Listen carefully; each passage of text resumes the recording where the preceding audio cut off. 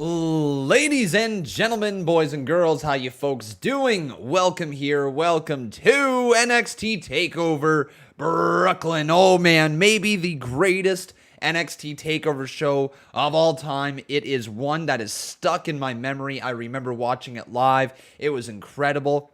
This is arguably the moment that the women's division took a giant leap forward.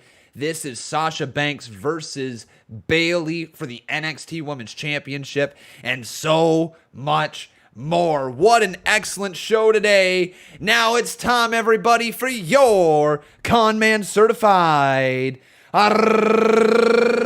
roll call. So who do we got in here today for this afternoon live stream? We got ourselves Samuel Vlogs, Gavin Mangus, we have Christian Otzi, Michael Wade, how you doing? J Money Jeff, Gavin Mangus again, Justin Gentry. We have ourselves Clayton up in here, Melissa Cabello, how you doing? Bree Martin is in here today. Welcome to the stream. We have the Rose Racer, Brian Odell up in here. Alan Turner, how you doing, my friend? Phil McMahon has made his way in here today. We have Alec Phillips. We have Ahmed up in here as well. Kevin Langoff, dude, you have been the one pushing for this live stream for NXT Takeover Brooklyn 1, and it is finally here today. I think you've been pushing for it for like the last year and a half, maybe even going on a year and 3/4 or something like that. So yeah, man, you get your show today. We have Raul Kapar up in here. How you doing, buddy? We have George Kearns. Nice to see you.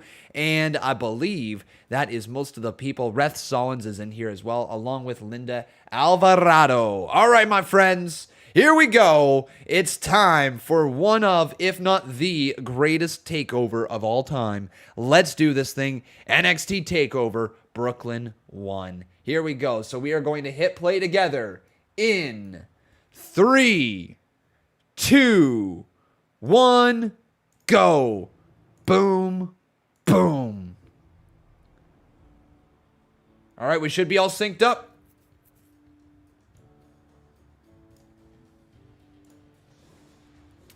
And hopefully the audio is low enough here today. Hopefully that will not come back to bite me in the ass at any point or anything like that. I'm trying to do this right.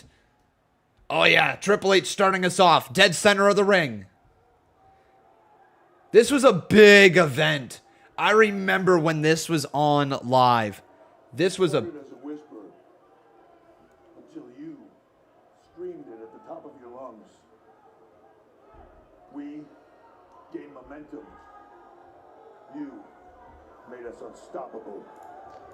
The coins. For change. You made it a revolution. We made it a revolution. Oh baby. We told you we are the future. Until you told us the future is now. Woo! What a great intro! What a great intro!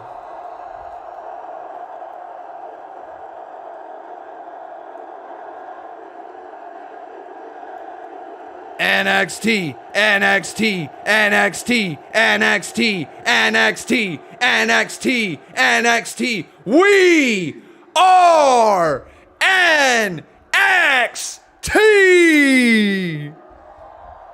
Man, guys, this is back when NXT was certainly, it was certainly must see, right? Like, this was the talk of the wrestling world.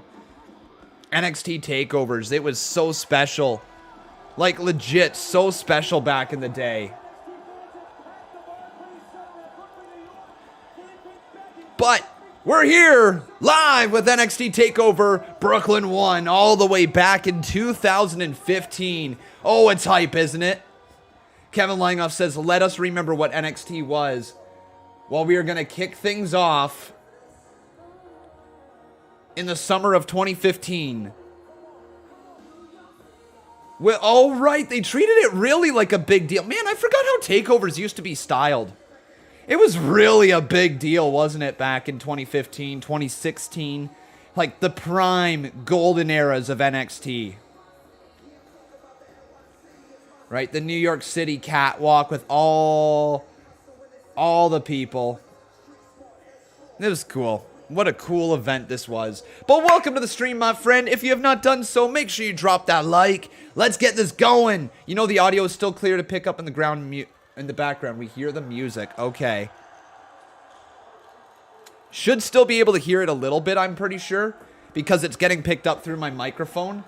But here comes Tyler Breeze. Damn. He was so over with this Prince Pretty gimmick.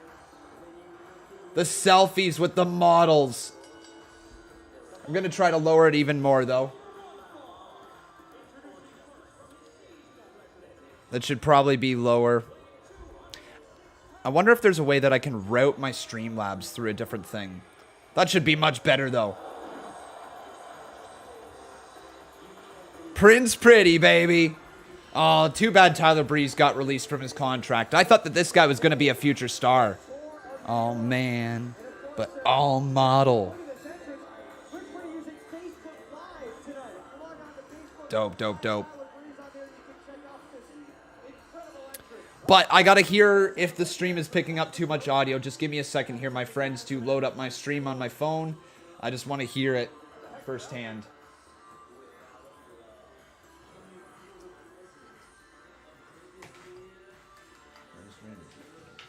Prince Pretty's here. Are the coins working? I don't know. Are they?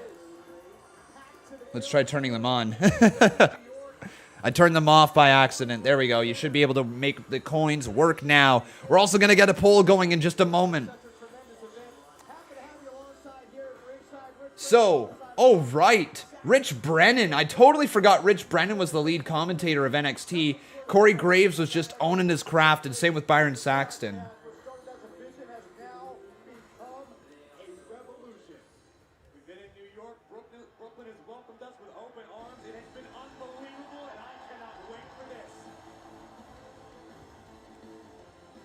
Oh yeah, that's fine. That audio level is fine. But here we go, everyone! The one and only time that Jushin Thunder Liger had a match in WWE. He faced Tyler Breeze. Jushin Thunder Liger in NXT. Absolutely incredible. Seriously, what an incredible moment for Jushin Thunder Liger. Inside of WWE, going one-on-one against Tyler Breeze. Like, what an awesome, awesome moment.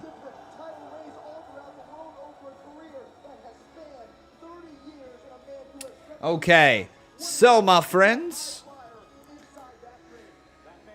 we will get a poll going in a hot moment, but the friend in here says, in my opinion, I feel like NXT is lacking star power. A lot of the current talent feels like main roster talent rather than hungry competitors forcing their breakthrough and making names. That's a fair point. You want to know why? It feels like that because a lot of people who got over in NXT stayed in NXT. Ciampa, Gargano, two guys right off the top of my head, that could have moved up, but WWE didn't move them up at the right time, and thus their star power lowered, and here they are, they're just kind of a part of the show. They can always be put into any feud that they want them to get into, but man, like,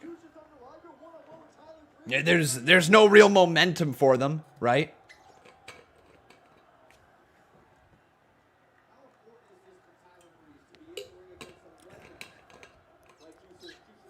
But what a pay-per-view this is. Really, really is. So with SummerSlam coming up this weekend and NXT TakeOver 36 coming up this weekend, I guess we're going to have to get some sort of poll going. But I don't really know what. What would you guys like the poll to be this week? Just that guy is asking me, so next week will I be doing Dynamite on the Wednesday? Let's see how AEW goes this Friday. I have no clue what to expect. I have no clue if my channel is going to be taken down. I literally have no clue, right? All I know is, like, I'm starting to fall behind the 8 ball when it comes to wrestling content. I'm no longer relevant, just straight up. And I need to stay relevant, right? Which is going to involve AEW in some way, shape, or form.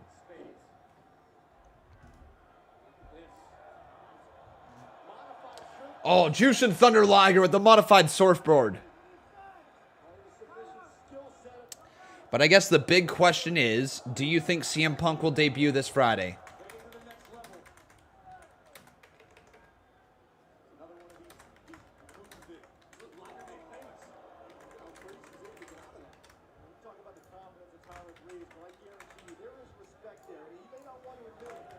Nice kick to the midsection from Jushin Thunder Liger. And now, working on the lower half of Tyler Breeze, grabbing onto his arm. Now his other arm looks like he's going to go to the surfboard stretch. Oh, there it is. Big maneuver. That has to hurt. All right. Cast your votes, my friends. Vote yes or vote no. Will Punk show up or debut this Friday? Yes or no? Vote yes, vote no, right here in this live chat. Oh, wait, what's this? Jushin Thunder Liger now using the selfie stick of Tyler Breeze to take a selfie of his own self, because that's what a selfie is. And Tyler Breeze was pissed off about that, catches it, and eats a chop to the chest. Oh, another chop to the chest. 3 chops to the chest from Jushin Thunder Liger. Jushin Thunder Liger. There's a D in there. Oh, supermodel kick down to the cover. Might be enough. 2, and no, it's not enough. A big kick out from Thunder Liger. Seriously, what an event this was back in the day. Just that guy asking, what would my reaction be if the first dance ends with a dancing gimmick with the Elite and the show ends with the dancing? What do you mean? Just kind of like Nick Jackson just going, and that's how the show ends? Like that's how the show ends? Just Nick Jackson doing that?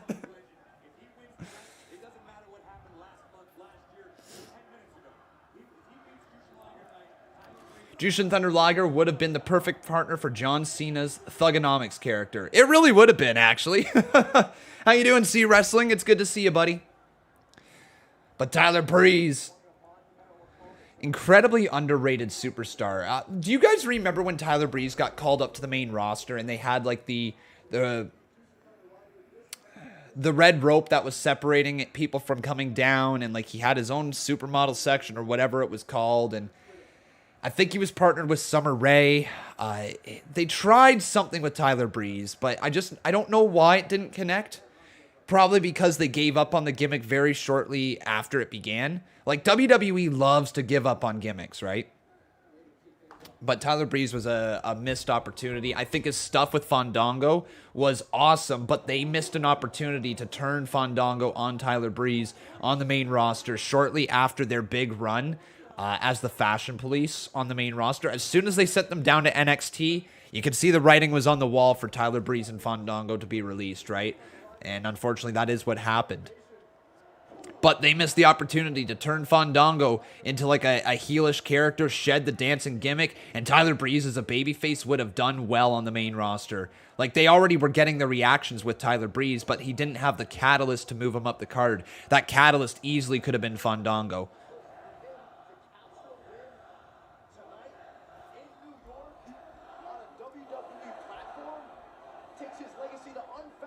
There's a Full Sail Sucks chant going on. Damn.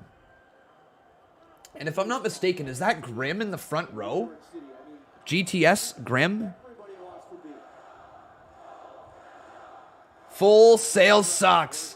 The chants are going on. It totally is. It totally is Grimm. Right here, I'm going to see if I can find it. That's totally Grimm right there. Right there. That's Grimm in the yellow. In the yellow. Totally Grimm.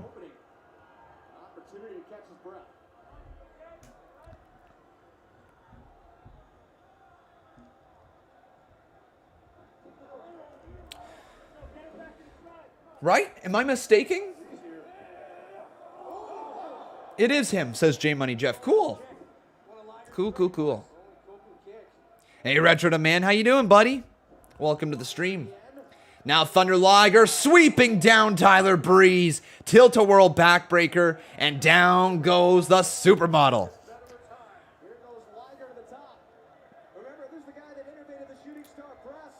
Thunder Liger. Oh, no. He went up top, but he ran to the knees of Tyler Breeze.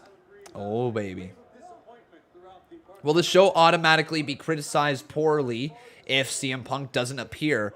Yeah, probably, but I don't think it would be the show's fault, right? I know how wrestling fans are, and I know fans would say it sucks that they didn't deliver on CM Punk and all this stuff, yada, yada, yada.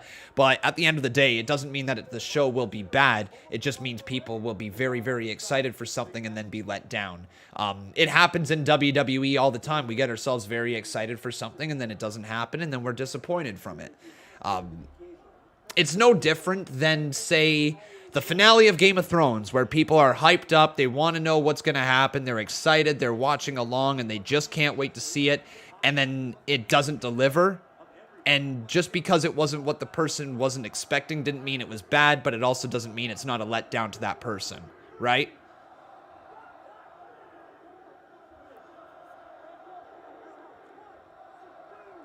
Some more right hands from Tyler Breeze. Just firing away on Jushin Thunder Liger. That's a mistake, though. Never take your eye off the ball. As Thunder Liger with the palm strike. He just caught him. And now he's going all the way up. Are we going to see it? Oh, Tyler Breeze moving out of the way. I was saying to See Wrestling and Botch Guy earlier today that it would be hilarious if, for whatever reason, they decided to get towards a MJF and CM Punk feud. And if they wanted to get towards an MJF CM Punk feud, how amazing would it be if CM Punk's music hits, the crowd pops so hard? Like, this is to start off the show. Like, the hype going into the show for AEW Rampage. People will be tuning in to see Will Punk show up. And then you have the music hit of CM Punk, the Cult of Personality, if they can get the rights for it. I don't know if they can or not. Big powerbomb. 2. It's over. Jushin Thunder Liger beats Tyler Breeze. But you have the music hit, Cult of Personality, to start off the show, and out comes walking MJF. Just the biggest smirk on his face. Just, oh, I got you. I got you. I got you. The heat would be nuclear. Oh, it'd be nuclear. Look, I don't know if they're getting towards a CM Punk MJF feud, but if they were to do that, that would be massive. The heat, all the boos, all of that. Oh, man. It'd be an all-time moment, wouldn't it? Be an all-time moment. It'd be very similar to what Paul Heyman did, wasn't it? I think Paul Heyman did something similar in Chicago one time. I might be wrong. Did I see the 5th labor has been moved to Rampage as they haven't announced a match yet, and the first entrance is MJF with Punk's theme? I don't know about... I gotta admit, I haven't been too in the loop of everything AEW, but that does sound like a possibility. I wouldn't hold my breath on that. But you never know. Just because CM Punk is going to be so over as a babyface upon his return. Like, he's just going to be straight up babyface material. And Jericho's babyface right now, so I don't know if that works. And which is why I'm not exactly sure they would do the MJF stuff. But if they wanted heel heat on somebody, that would be an amazing way to get some heel heat. Yeah, I think it's on Dynamite as well, correct?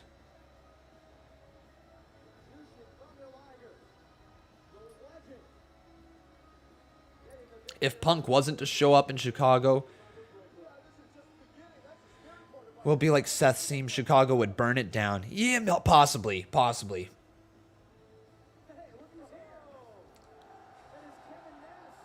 Man, back in the day when they used to bring in ex-WWE Hall of Famers, well, WWE Hall of Famers, ex-WWE stars, to be at ringside for takeovers. Scott Hall, Kevin Nash, and X-Pac.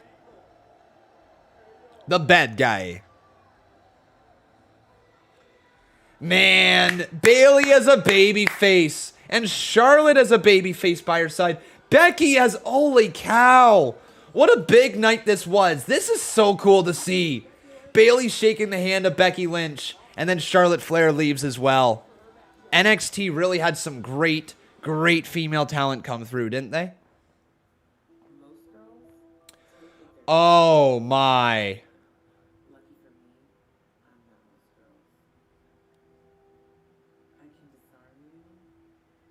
just a smile. Greatness is my destiny. This is a Nia Jax promo. Nia Jax. Coming soon. Wow, the Nia Jax coming soon promo. 2015 is when we were introduced to her. My oh my. Oh, it's time for Vaudevillains. The Whirly Dervish. Simon Gotch is a piece of shit, though. Like, straight up.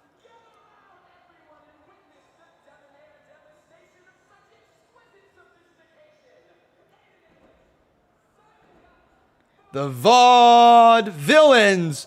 Still a really cool tag team.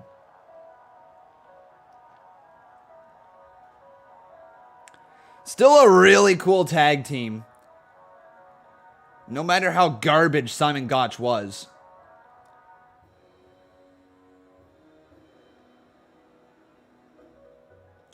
There they are.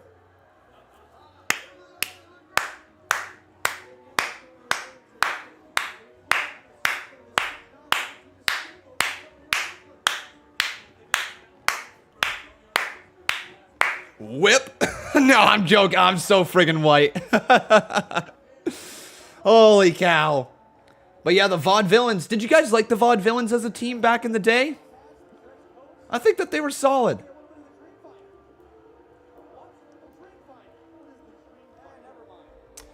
The Vaudevillains gimmick was doomed on the main roster. There was no way Vince was going to push it. But like, as a night, just it doesn't make sense. Why would you not want this team? Legit, to be semi-successful.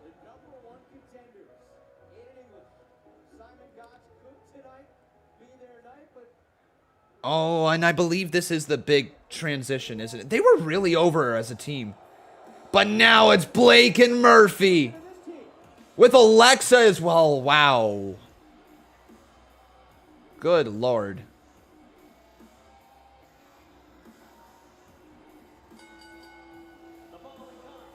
Well, Blake and Murphy. I've always been a big fan of Buddy Murphy. Wesley Blake was also pretty awesome. He was a lot more underrated than I think people gave him credit for. Yes, yes, yes. The simplest is running wild right now. Alexa. How? Yeah, it really is crazy to see this 5 years ago. But Alexa Bliss, what a transition she's had. So she was 25 here. So just getting into her own, right? It wasn't probably long after this she got called up to SmackDown, right? Because SmackDown, what was it, 2016 the draft happened? So Bliss would have been called up then, right? The brand split and she went over to SmackDown. I'm pretty sure that's what happened.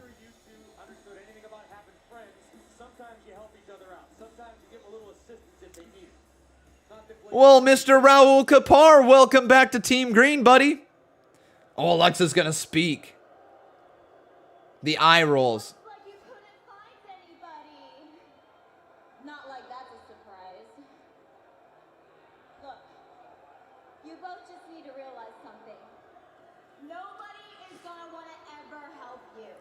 Bliss saying nobody's gonna ever want to tag with them. Are just so pathetic. Oh, there's... Whoa, that's loud.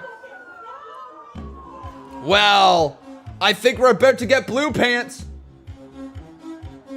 Yeah, blue pants. Guys, remember blue pants and now Leva Bates in AEW? Well, it doesn't matter. We're going to sing. 3, 2, 1, let's go. Sweet knees are made of these. Who am I to disagree? Woo! There it is. Thank you so much, man. Welcome back to Team Green. But blue pants. So she now is Leva Bates. I believe that's her name, right? Leva Bates, the librarian. Leva Bates. Yeah, Leva Bates. Former blue pants. Da da da da da da da. That's right. Big Cass made her theme song back in the day.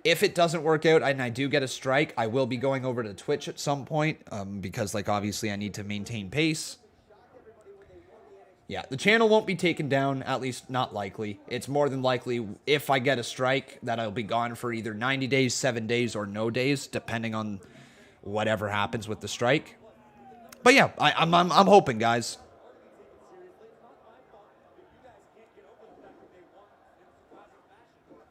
People only say AEW is bad because of the copyright stuff. The product is amazing. Oh, 1,000,000%. There's nothing...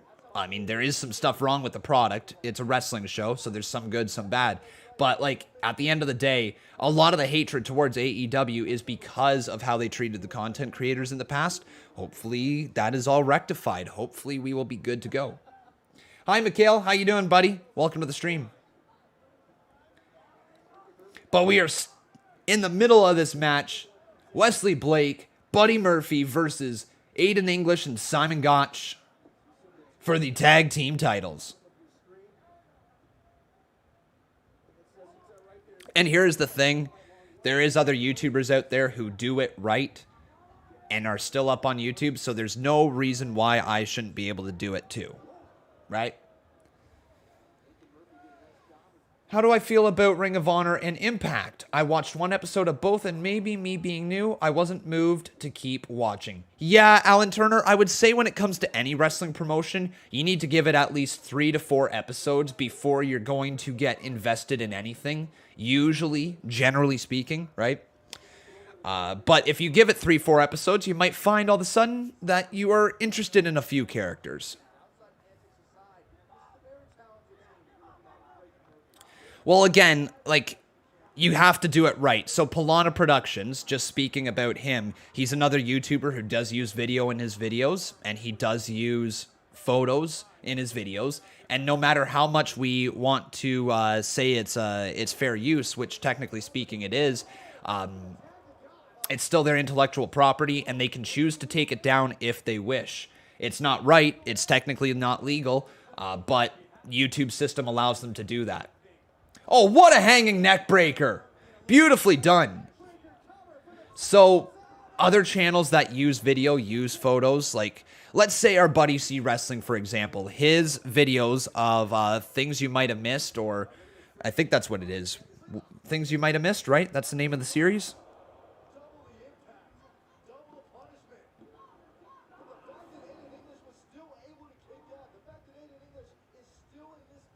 Things you might have missed. Yeah, things you might have missed. That's the name of the series. I was getting it confused with Botch Guys as well. But things you might have missed, he does video and he does photos. Damn. Which technically, they do fall under fair use. But AEW is not allowing that type of content, so people like Polana Productions who do similar style videos would not have a chance at doing anything like that, and that's the reason why C Wrestling wouldn't be able to do any AEW stuff.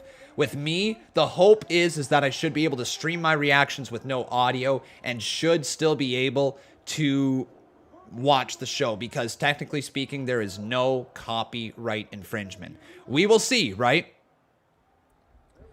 Here comes Simon Gotch, and he's running full force towards Aiden English. Sorry, Buddy Murphy and Wesley Blake. Oh, Buddy Murphy ran full force into Wesley Blake, and now Gotch has him up on his shoulders. Tag has been made. Oh no, Gotch thrown out of the ring, and Murphy now taking advantage of Aiden English. Up on the top rope.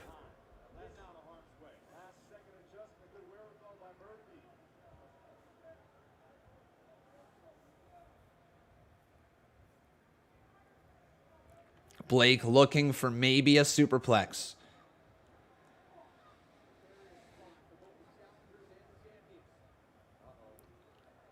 Now, Blake and Murphy gonna work. Uh-oh, Gotch grabbing him in a double power bomb. Holy! Aiden English all the way up. Swanton bomb to the cover. 1, 2, kick out by Blake.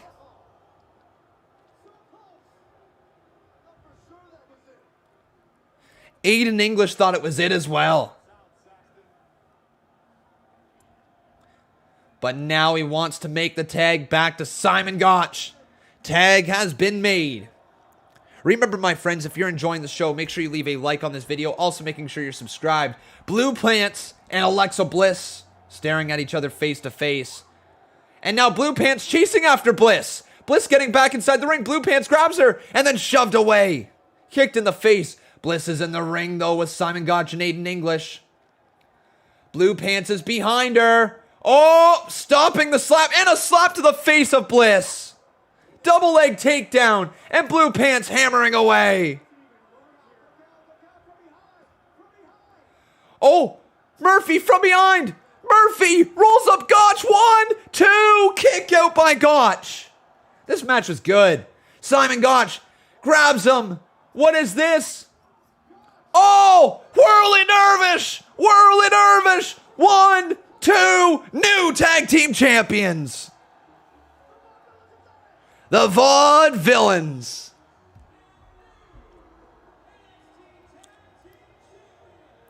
Man, 2015 NXT was really good. It was really good.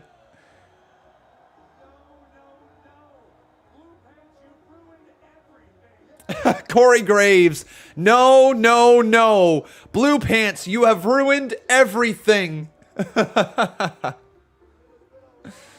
Oh, the Vaudevillains win. And there they are, the tag team champs. That was a fun match.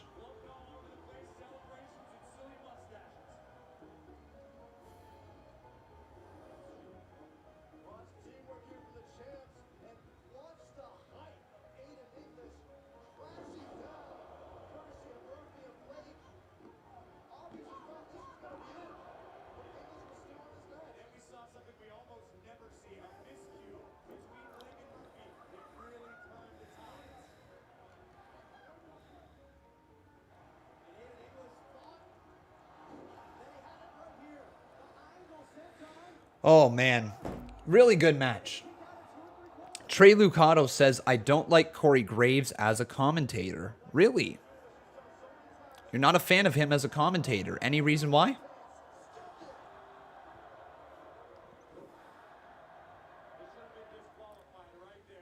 Can I give you a shout out? Joe Eater Upper. My man, I want to offer you a shout out.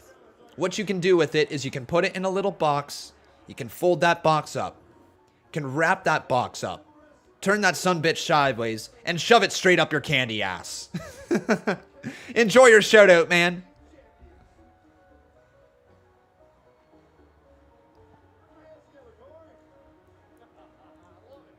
Hey GG, how you doing, my friend? Welcome to the stream. Alan Turner says, speaking of commentators, does Beth Phoenix come back tonight? Oh, you mean an actual NXT? Possibly. Possibly. Christian Oatsy saying, why are my gambles not going through? Do you have enough coins? Or are the gambles just not working for anybody? It's possible they're not working for anyone. Well, I just don't know. Oh, sorry. He says, well, I just don't like how he's always rude to Byron Saxton. Do I think Nikki Cross ever sniffs the women's title after she drops this title? No, I don't think so.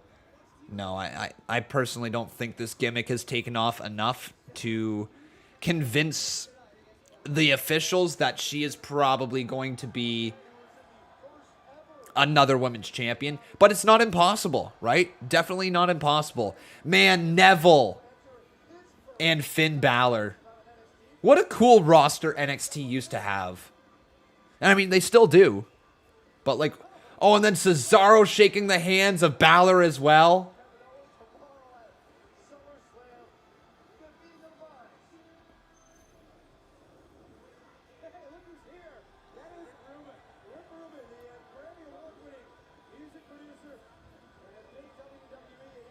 That's cool. Trey, was Corey a heel commentator at the time? Because Cole was the same when he was a heel commentator. Oh yeah, Corey Graves has been a heel commentator for the majority of his career. Are you guys ready for the perfect 10, Ty Dillinger.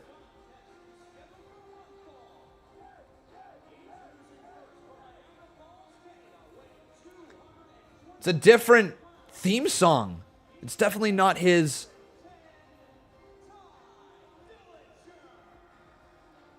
It's a great gimmick, the perfect 10. Crazy to now see where he's at.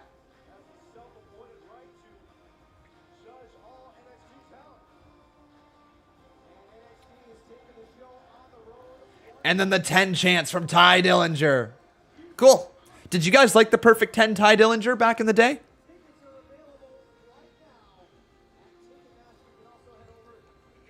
Now known as Sean Spears.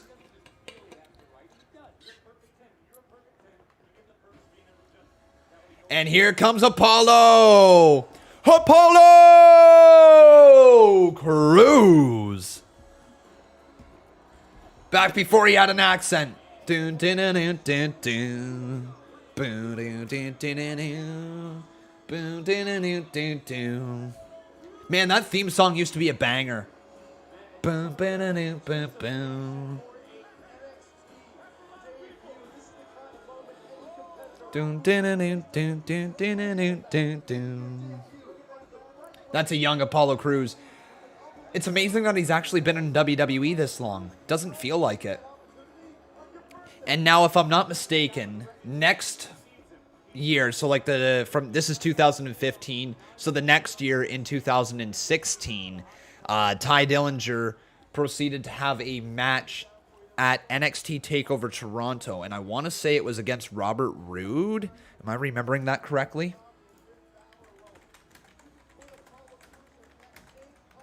Yes, I believe I am. Bobby Roode. Yes, so Bobby Roode versus Ty Dillinger at NXT Takeover Toronto, and he was so over, Ty Dillinger. I remember me and my buddy Steve were there, and we were sitting, and then the place came unglued when Ty Dillinger's music hit. The 10 chants were great, and then there was the glorious entrance right after that. Like, NXT just had a different vibe to it, didn't it, man?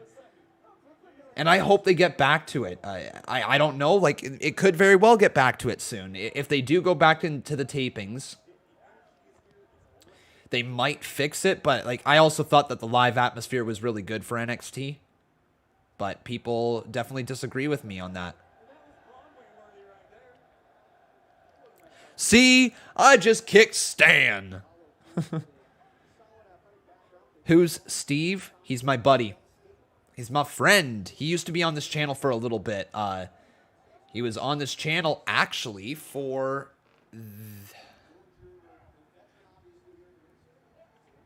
for NXT Takeover Brooklyn 2, right? Because this was Brooklyn 1 in 2015. Brooklyn 2 would have been 2016. Yeah. And now Apollo Crews chanting 10, getting the crowd on their feet, and Ty Dillinger's pissed.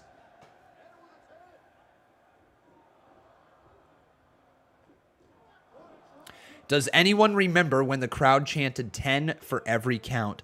I hate to say it, but I believe the crowd that started it was the NXT TakeOver Toronto crowd that started counting 10 for every single count. Like when people were getting counted out, when people were getting pinned, when anything like that. People started chanting 10 at NXT TakeOver Toronto, and it continued into Survivor Series 2016. I was there, and I can definitely tell you that the crowd, the chants weren't started by me and Bob, or sorry, I keep saying Bob, I don't know why, by me and Steve. They weren't chanted or weren't started by us, but they were certainly started in our section, and we joined in very early. And then more people started joining in, and then more people started joining in. Like, it could have been a thing before, but it certainly seemed to take off after NXT TakeOver Toronto. And our section kind of got going with the 10 counts. I think it was like 4 or 5 rows down from us. These group of like 4 guys were chanting 10 every single count, and then more people started joining in. And then me and Steve joined in, and then more people joined in, and then the arena joined in.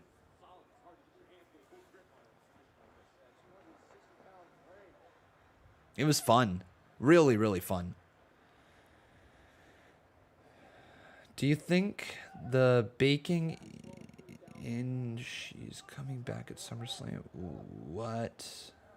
That must have been Becky. Do I think Becky is coming back at SummerSlam? Which champion do I think she goes after? Bianca Belair. Bianca Belair. Even though Monday Night Raw could use her badly, like badly, I think SmackDown probably wants Becky for something fresh, and then the draft is going to separate somebody who is over on SmackDown onto Raw. Like, I think Carmella is going to head to Raw. I think they need Carmella on Raw at this moment.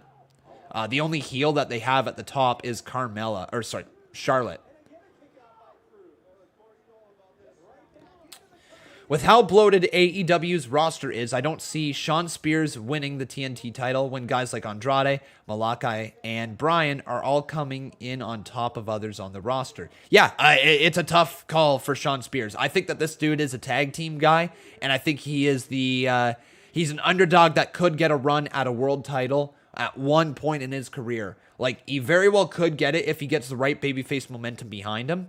Like, they had the babyface momentum in NXT to give him a run at the top, but he is one of those guys that needs the crowd behind him. Otherwise, he is just another solid player inside of your roster, right?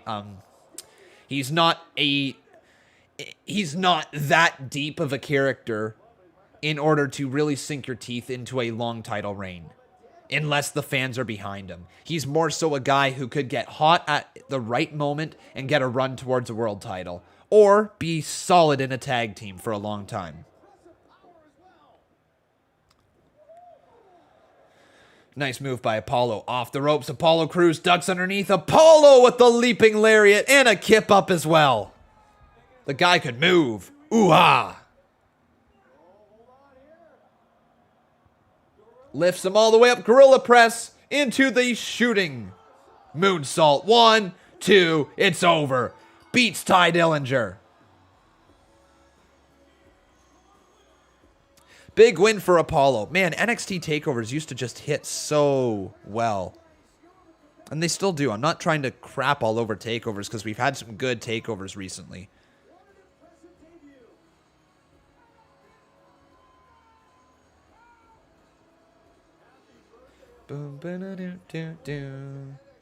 The draft is the last Monday of this month and the first Friday of next month.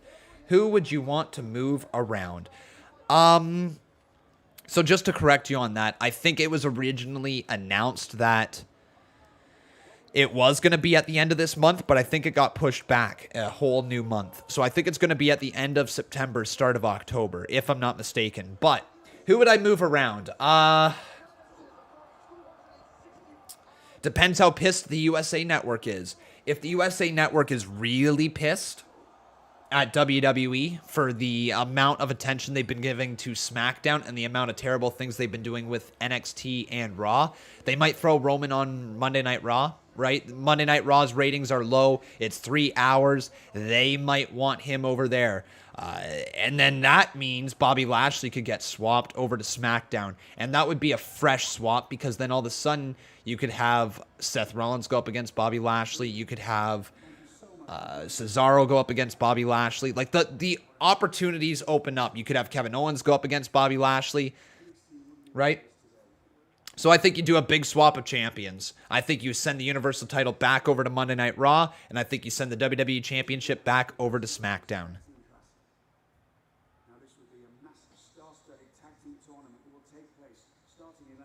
Also, I'd like to see Sami Zayn come back to Raw.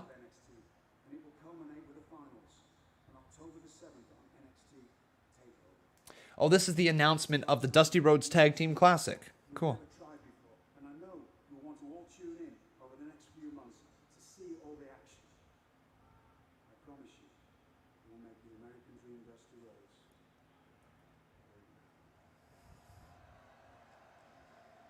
Man, Regal is awesome.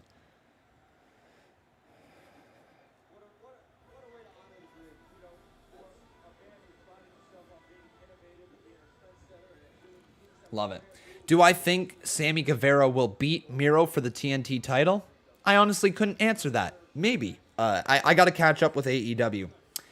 Hey, Eve, Riot Girls of Wrestling. How you doing, my friend? Says evening. Nice to have you here. Who do I want to see come back at SummerSlam? Come back? Becky? Becky. Yeah, Becky could be really fun. Look, with Becky coming back, they could easily do something like her staring down Charlotte Flair if Charlotte Flair wins the title, right? Like, if Becky is coming back to Raw, I don't know who else you put her up against other than Charlotte Flair. Becky could screw over Charlotte out of the title, but it wouldn't mean as much. Oh, is that Mandy Rose? Holy cow! Holy cow! Who would have thought Mandy Rose is the only one standing out of those final four from Tough Enough in 2015? I forgot Mandy Rose was a Tough Enough contestant. You know what? Congratulations to Mandy. She's done well with her career.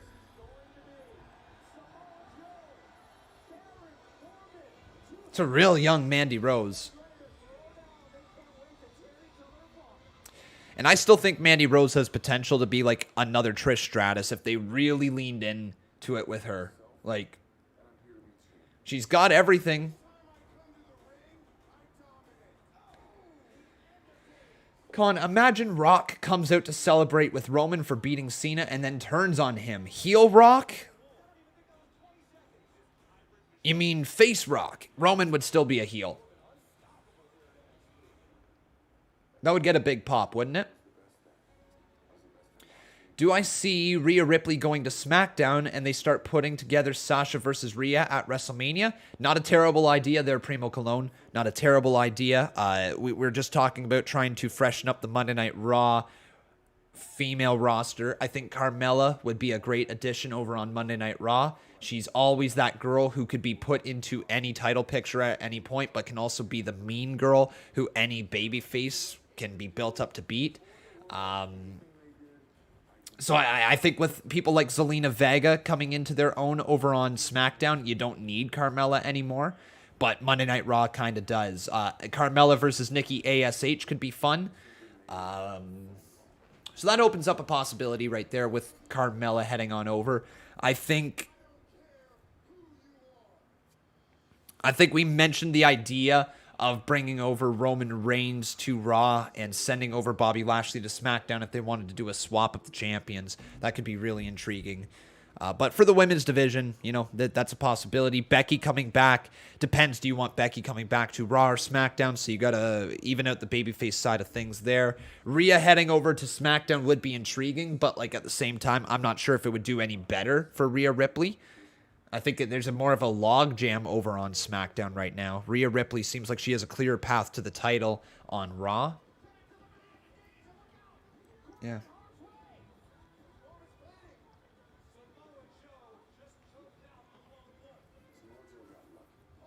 But I hope you're all doing fantastic here today. If you could do me a real solid favor, drop that like if you can.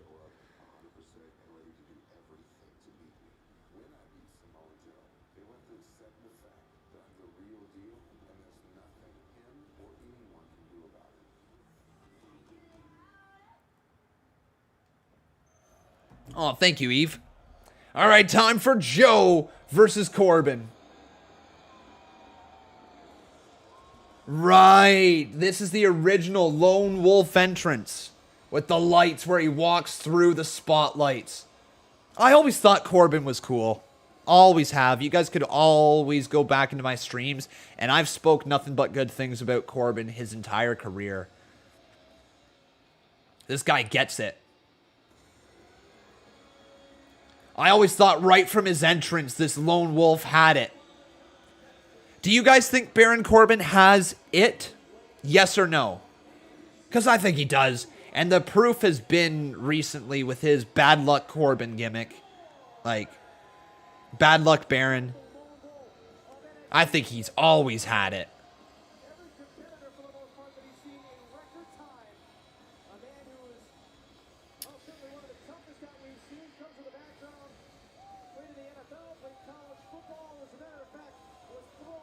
If he did, they took it from him. I don't think so, buddy.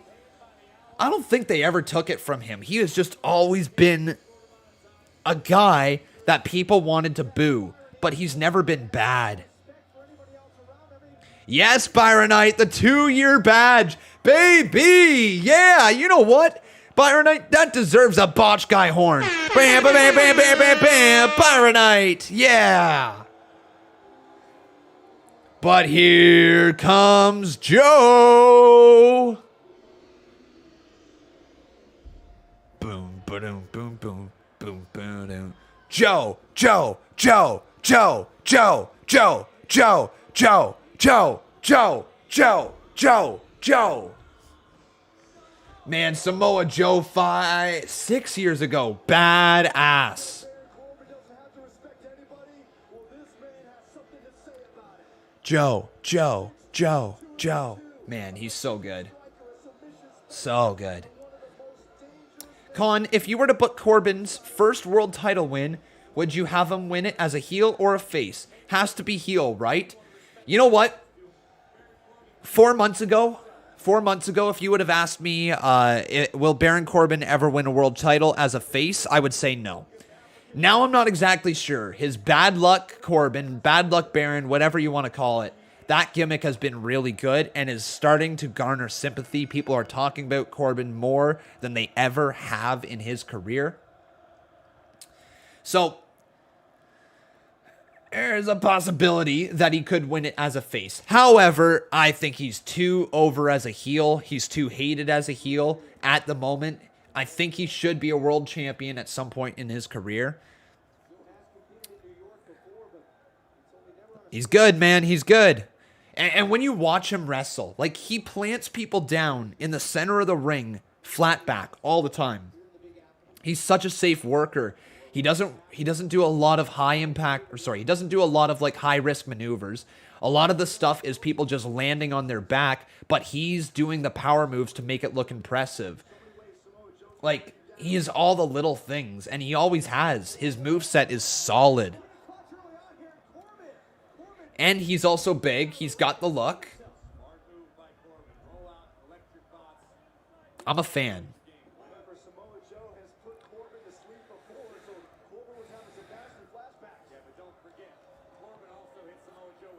Oh, Samoa Joe gets out of the ring and Corbin just points at him like that. Man, one of my favorite things about Samoa Joe is how whenever he's cutting a promo, he'll get right in the person's face and like this with the microphone and like you pointing right to them, but the one thumb up, like boom, boom, boom. Like, it's a really cool promo how he delivers. Hey, Wrestling Fan 167, how you doing, my friend?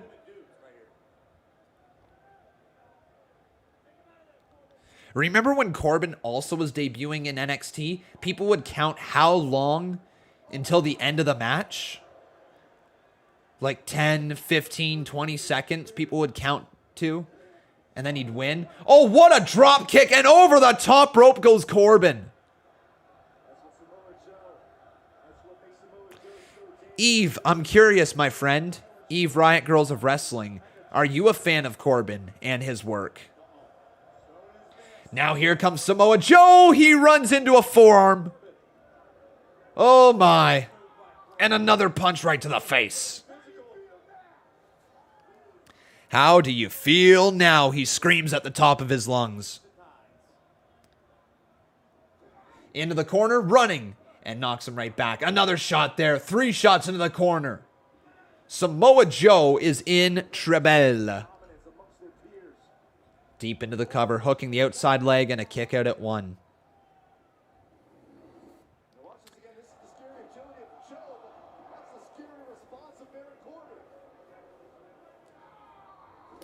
It's hard not seeing Carmella and Zelina Vega, or it's hard to see Carmella and Zelina Vega going to Raw because Corey Graves is there and they try to keep couples together.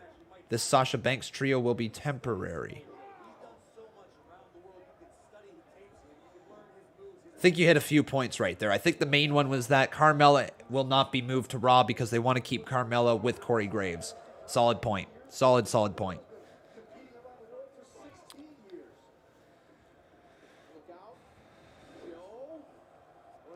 Joe rolling him up, count of 2, transitioning over into the single leg Boston Crab.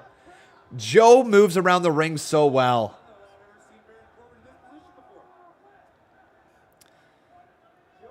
But you know what's interesting, my friends? Well, maybe not interesting, but it's what I've been up to this morning. I've been really working on creating the schedule for this channel, trying to find what time I have available to be able to introduce some new stuff, trying to introduce AEW back to the channel, and the schedule looks pretty hectic, not gonna lie, but I think it's possible.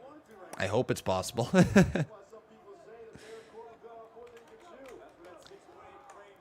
But my schedule's pretty full all of a sudden.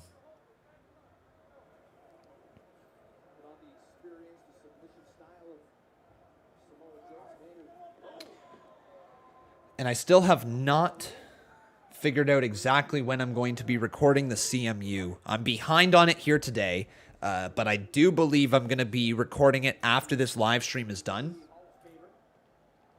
Yeah.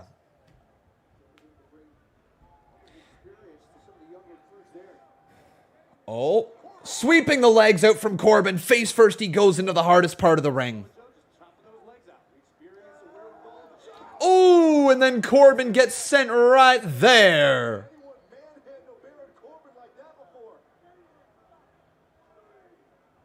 Keep Wednesday as Con Day? Wednesday is Con Day? I didn't know that. I believe we're going to keep the Unnamed Wrestling podcast on Wednesday, and we're going to continue to do the Monday Night War live streams. After that, we have AEW Dynamite on Wednesday night. I will see how consistent I am with AEW. Like, I hope that it's going to be a mainstay here on this channel again. But I honestly don't know. That's my hope, right?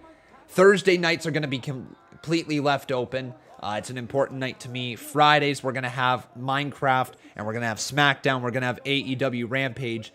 And I think the other announcement that I have not really said is that the reviews are no longer going to be posted night of. They are going to be posted the next day at like 10 or 11 a.m. So you won't get the reviews the night of anymore, but you will be able to open up your phone in the morning, and you should see my reviews at that point. Or just trying something different, trying to spread out my content a little bit more, and the reviews could be a lot more effective on the Tuesdays and on Saturdays. That also gives us a video on Saturday, which is huge. Big deep 6-2 kick out by Joe. Oh, that was really close.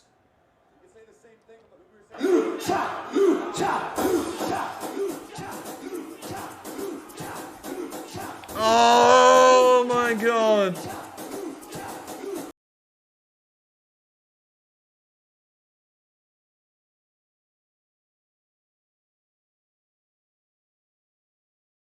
Oh my God.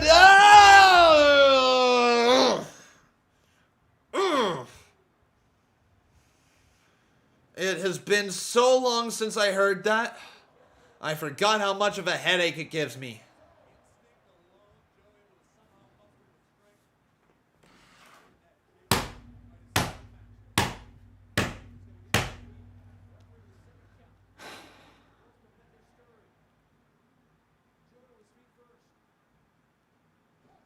FTL.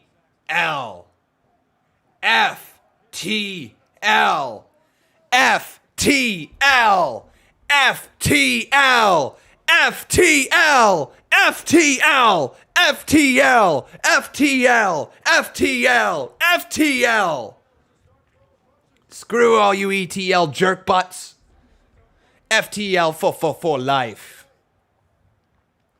Oh, what a punch to the face there from Samoa Joe.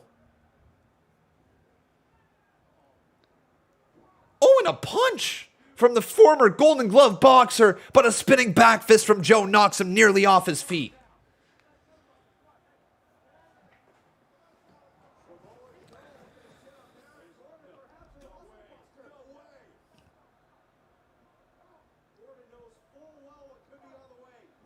Yes, you got me again with the friggin' lucha, friggin' lucha. Jerk. Oh, hang on, what's Corbin going for? Nice slam there. That's not enough, though. 1, 2. Joe's got a kick out of that. Yes, there it is. Liv Morgan should remain on SmackDown because Sasha Banks and Bianca have expressed in interviews wanting to help her rise to the top. Sweet. Yeah, mine as well. Mine as well.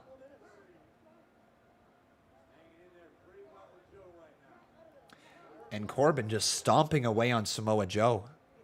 Like, wrecking the poor fool. Some more right hands. Holy moly. Corbin. A very aggressive fella.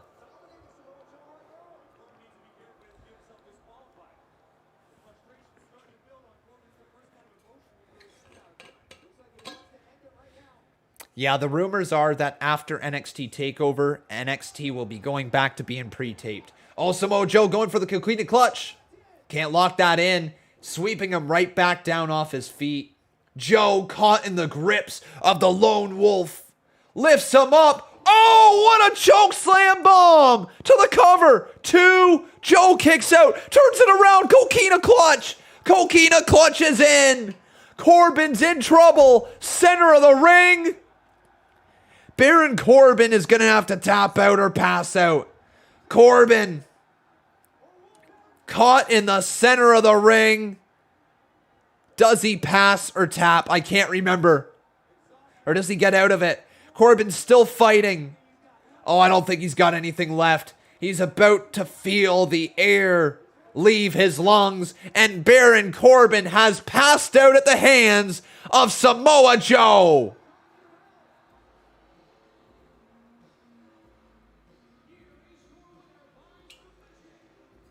Damn. Corbin passed out.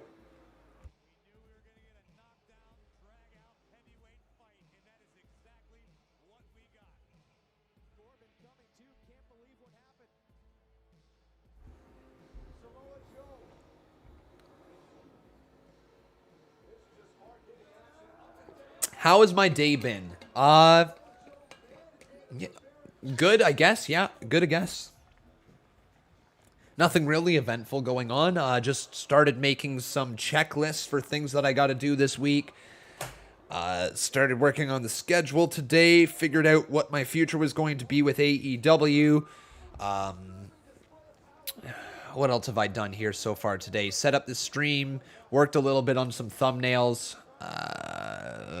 Yeah, it's just been a day of kind of puttering around on the channel and figuring out exactly what I have to do to be where I want to be. I worked on the Minecraft server a little bit. Yeah. Few things that have happened here today, but it's just really, with this live stream,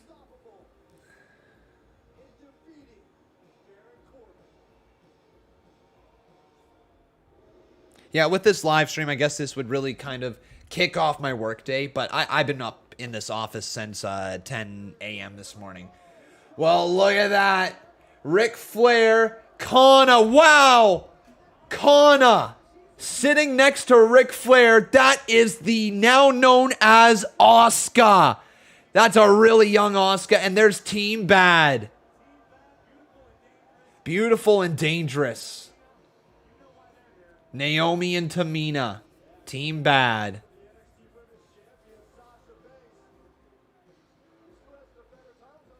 Damn. That's a young Asuka, isn't it? Well, 6 years ago. How long is this pay-per-view? This pay-per-view goes for just over 2 hours. So we are about halfway through. I hope you're enjoying the show, my friends.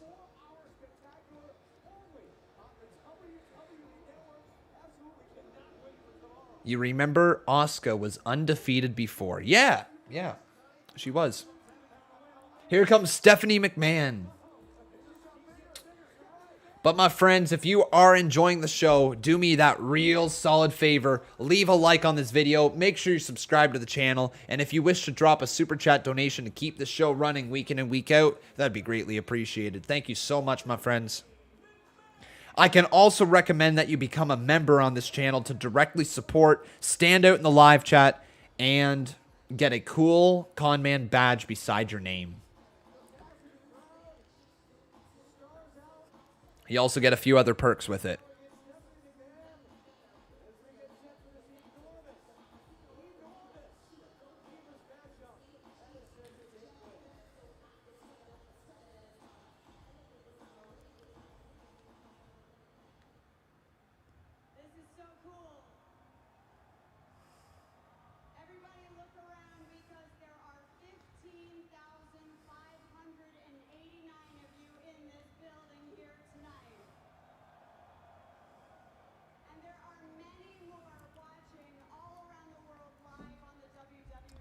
How does one do that?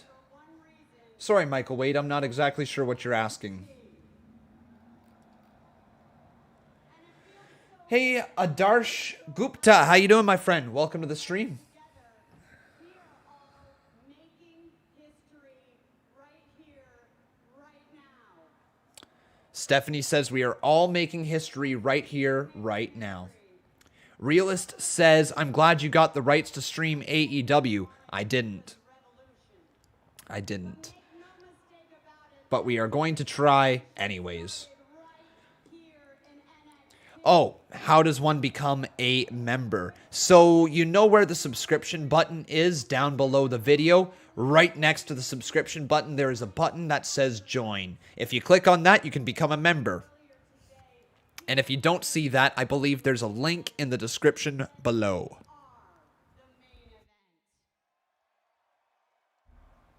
So it is my honor to introduce to you tonight's first main event for the NXT Women's Championship. Isn't this kind of BS, though, that they didn't have Bayley versus Sasha be the true main event? That they were introducing it like this, saying the first main event of the evening. Why not just have it be the main event? The number one contender, Bayley. So Bayley versus Sasha is up next, everyone. Oh, baby. Bayley. She's really amazing. She Wow. inspires every day. Izzy is young there as well. Wow. I guess this is really the Bayley fangirl. Like when she was super young, right? And the other four In NXT front row. we had the one goal, and it was to change the women's division, not just in NXT, but in WWE. Right, Charlotte turned on Bayley to become the women's champion. Charlotte got called up. Then Becky turned on Bayley. And then Becky aligned with Sasha and got called up. Think that the NXT universe wants to see a headband-wearing little girl as their champion, Bayley? And then Sasha was nasty to her, wasn't she? No. And then Sasha Banks got called up to the main roster. Bayley tapped out to Emma. Wow. And Bayley was faded out. Boo freaking who? Grow up. Boo freaking who? Grow up, says Sasha. Oh. Sasha Banks and Bayley. What I've been fighting for the past 2 years, I have to sit back and just watch people kind of take my spot, and it's really, really Wow. fun to do.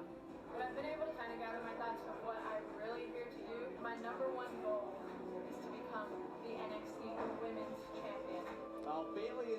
Man, Bayley. That Bayley to belly where she beat Charlotte. To be the next NXT Women's Champion. But to do that, I have to beat the very, very best. And I want We're about to see Sasha versus Bayley. This is the promo package. Bayley to belly off the top rope and took out Charlotte. Izzy was crying front row. Big hug to Izzy.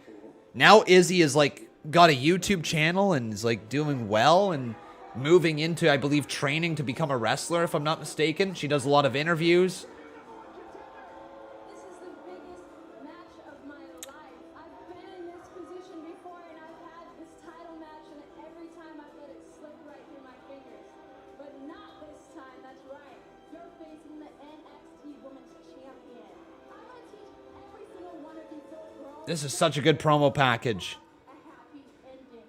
I'm gonna finally prove to the world, prove to my mom who keeps coming to these championship matches and watching me lose, and I'm gonna prove to Sasha Banks. All right, Bayley went after Sasha and got her hands on her, attacking her up the entrance ramp where the referees were forced to separate Bayley. Here we go. Woo-hoo-hoo! It's Bayley!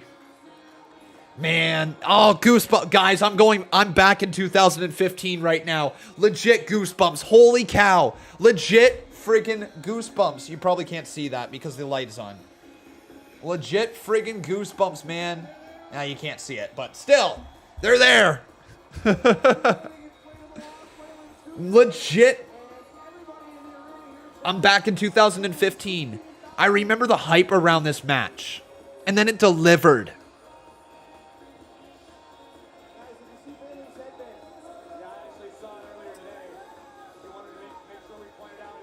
Man, NXT. I love it. I love it.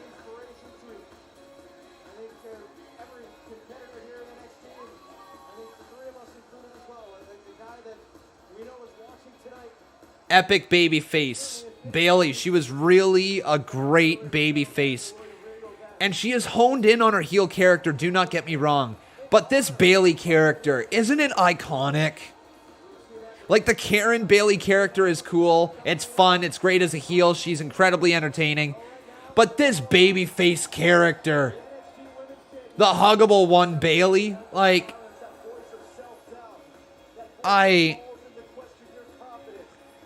2015 was a different time. It was really a different time. But now here comes Sasha, the legit boss. Oh, and she came out in that car. I forgot about that. 'Cause I'm gone, push them all out the way.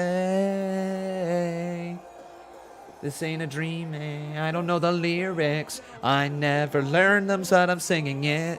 'Cause I'm gone, push them all out the way.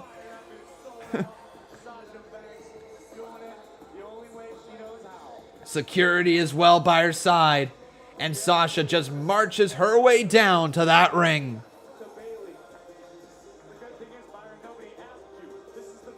Sasha was such a good heel. Right from the get-go, she had it.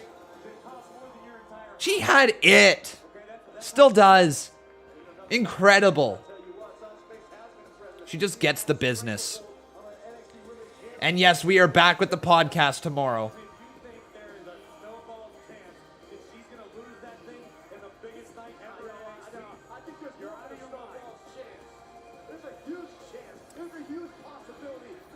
Lifted up by those two big men. Puts the title right in the camera and has entered the ring. But yes, we're back with the podcast tomorrow.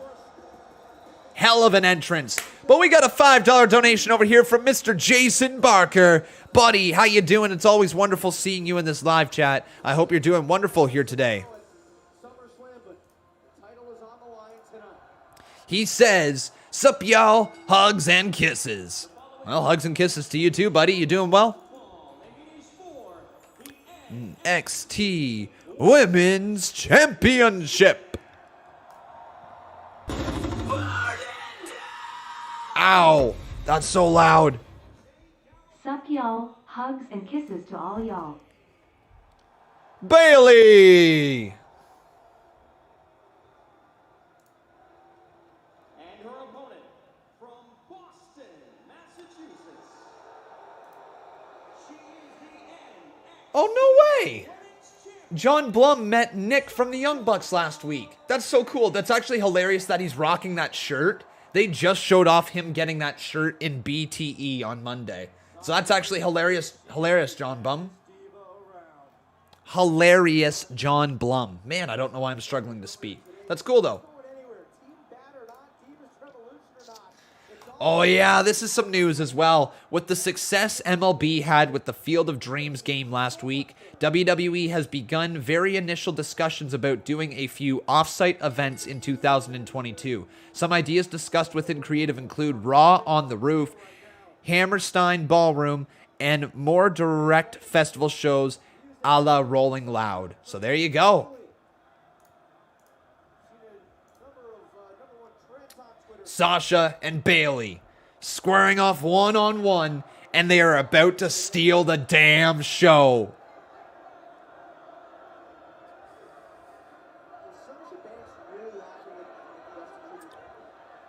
Oh, double leg takedown from Bayley, going right after Sasha Banks.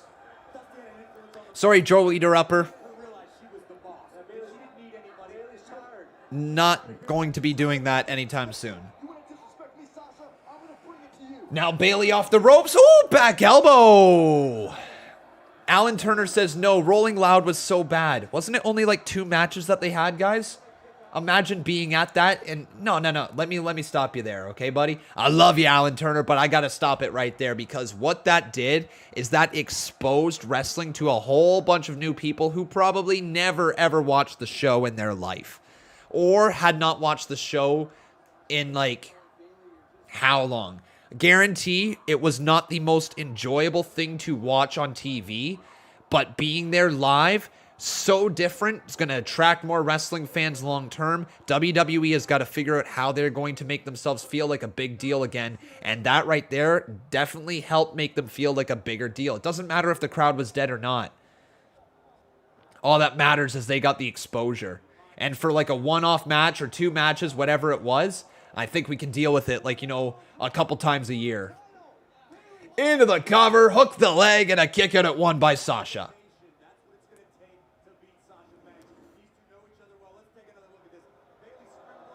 Drake Tambora says, I can't find what year. Do you mean what year this event is on? It's on in 2015. Right, the Sasha's Ratchet chants were going on back in the day. Forgot about that one. Oh, nice arm drag from Bayley. Down goes Sasha. I'm doing pretty good, Ghostface. Your birthday's tomorrow, eh? Well, we will be live. I'm sure we'll see ya.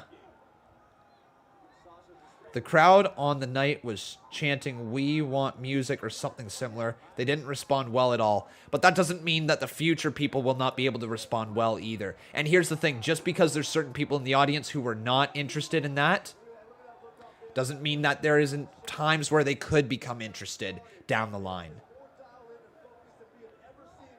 Hey, Big Tiger. Just with WWE's viewership dying, they got to think outside the box.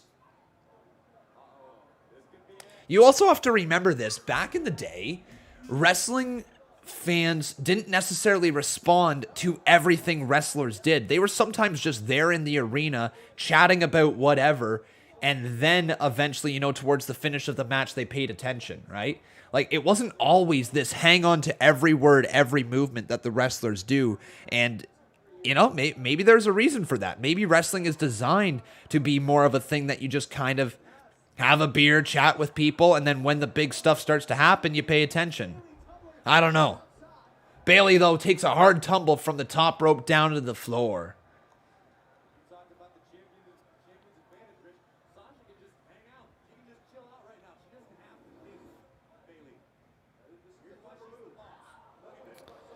I hear where you're going, Con, but they dropped a wrestling match in the middle of a hip-hop concert. Not the best idea.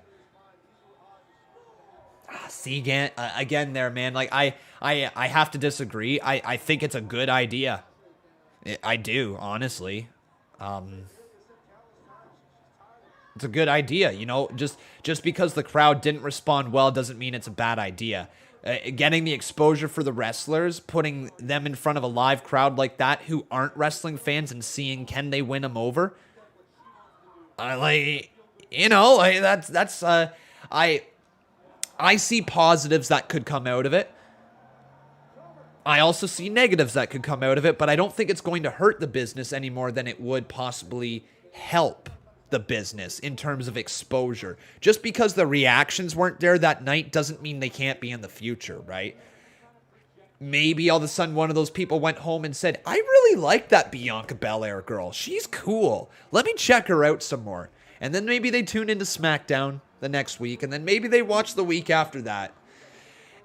It's probably not a lot, okay? It's probably not a ton of people that tuned in, but I bet you there were a few. And just getting a few people to tune in and maybe become a fan long term is really what this business needs. Creating any interest for people outside of the people already in the business is huge. So I get what WWE is doing with it. It's all about exposure. All about exposing these wrestlers to a large audience. Hopefully get people talking on Twitter about them. Hopefully people who don't generally watch wrestling continue to watch wrestling after that. That's the hope out of it. Whether it is actually going to work long term or not, I don't know. But I think it's better than just doing what they're doing. Legit. But anyways, like, that's just my opinion, right? I don't mean to force my opinion on anyone. If you've got a different one, you are more than welcome to it. Oh, Bayley shoved back into the corner.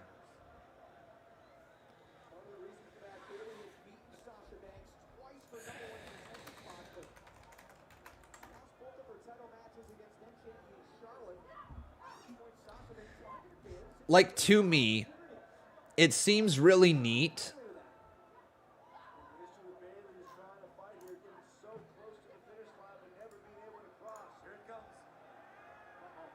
It just seems really neat that this was like the image, right? Like, look at this, okay? Once I save it. Like, that this was the image. Look at this thing. You got a huge crossbody from Carmella coming down on Bianca Belair, and look at the sea of people just out there. I get, like, why WWE wants to do this more. It's a cool visual. It really is.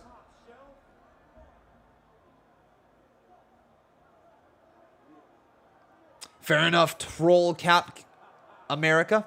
Fair enough. Oh, double knees to the chest of Bayley.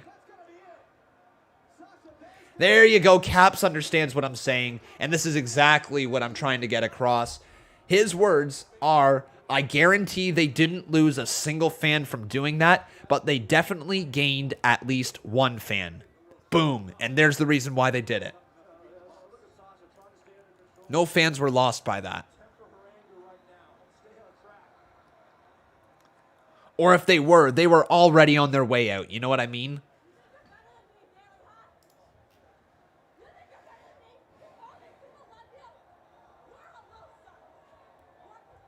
Oh, no way. Apparently with John Blum, he says, I tried getting MJF to come on over. He is such a great heel. He gave me a dirty look and spat on the ground towards me. Wish I got that on video. There, in the middle of a pandemic, MJF be spitting at wrestling fans. What a friggin' heel. What a friggin' heel. Good Lord.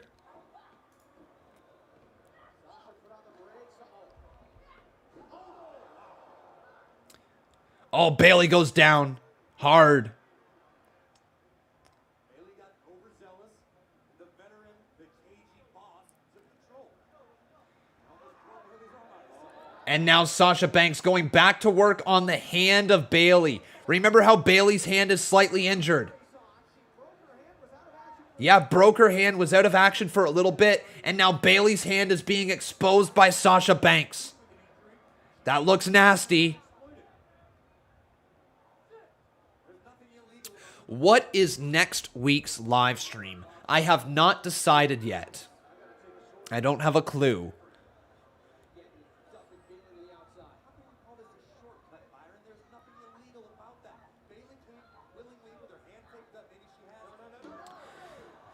No. How? No. That's a bad take. There goes face. I'm sorry, buddy. How is putting two people in front of a large crowd bad?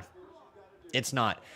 In 0 instances is a large crowd bad for wrestlers to wrestle in front of.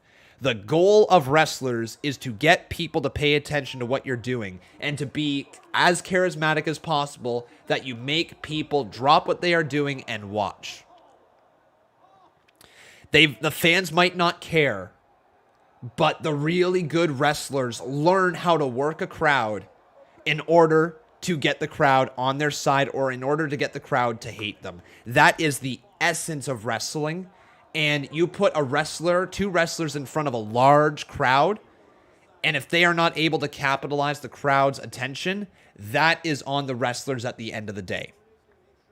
It is. It could be on the booking of the match, but it's on the performance, right?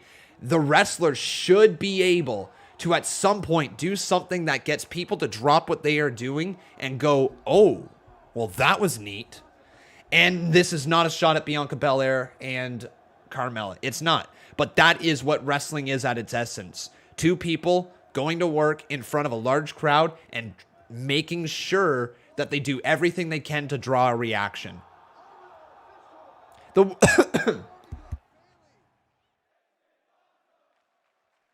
Excuse me. The wardrobe malfunction didn't help either. You're right. 1,000,000%. Kind of took away the ending of the match, but still.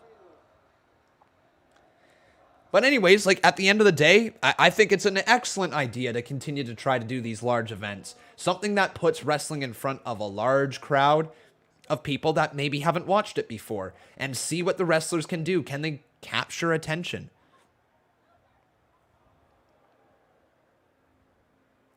Outside of the four horsewomen, has WWE built any box office attractions? I feel like Bianca and Rhea Ripley are almost there. Asuka was doing well for a while. I would say that, yeah, Bianca Belair is pretty damn close.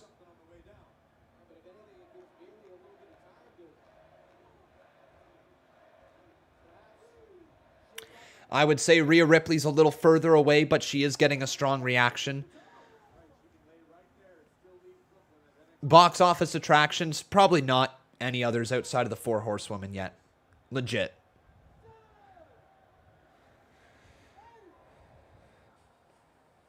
And Sasha is back inside the ring. Yeah, Con, that's a perfect... English is not working here today. It's a perfect example of Charlotte versus Rhea at Money in the Bank. The build up was bad, and you could tell at the start nobody was invested, but they killed it in those last 10 minutes, and the crowd was hot. Fair enough. Bayley now sends Sasha off the ropes, and a big clubbing blow puts her down. Another one. 3 shots there. Bayley is rolling with the injured hand here after Sasha Banks tried breaking her damn hand in the steel steps. Here comes Bayley. You back elbow there.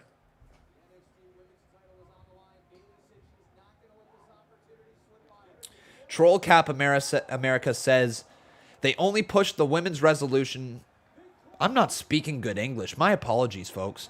They only pushed the women's revolution as a vehicle to push Charlotte Flair. Gabrielle Valentine, welcome to the stream. Look at the other horsewomen outside of Flair. They did nothing but job to Bliss. Becky Lynch beat Ronda Rousey and Charlotte Flair at WrestleMania and won 2 belts. It's not true what you just said. Bayley just had a long women's title run. I don't get that. I don't get that take. I don't.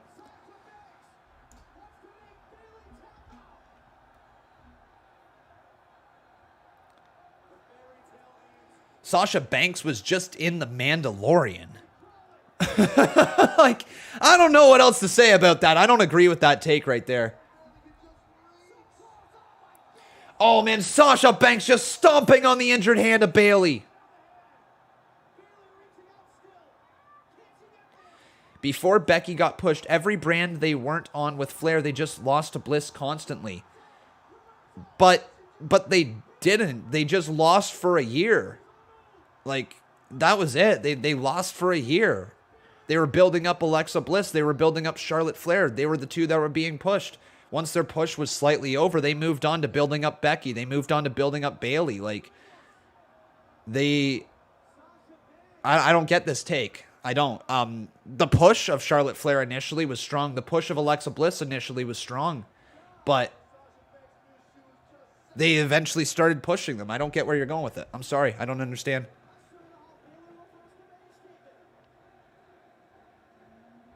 Wrestling is all one giant story. Just because that chapter you read back in 2017 or whatever it was not written the same as the chapter in 2018 and 2019 does not mean that that chapter didn't end up happening, right? It's still from the same book. Oh, Bayley to belly! Bayley to belly! 1, 2, kick out by Sasha!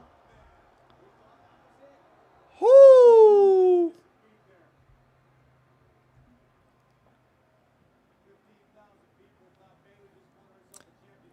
Bayley in 2019 beat Bliss twice, once for the SmackDown title at Stomping Grounds and again in a 2-on-1 handicap match, both being SmackDown women's title matches. There you go. Do I think Sasha Banks and Bayley had influence in getting Bianca the success she's had since debuting on SmackDown? Definitely helped. They helped build her up, no doubt at all.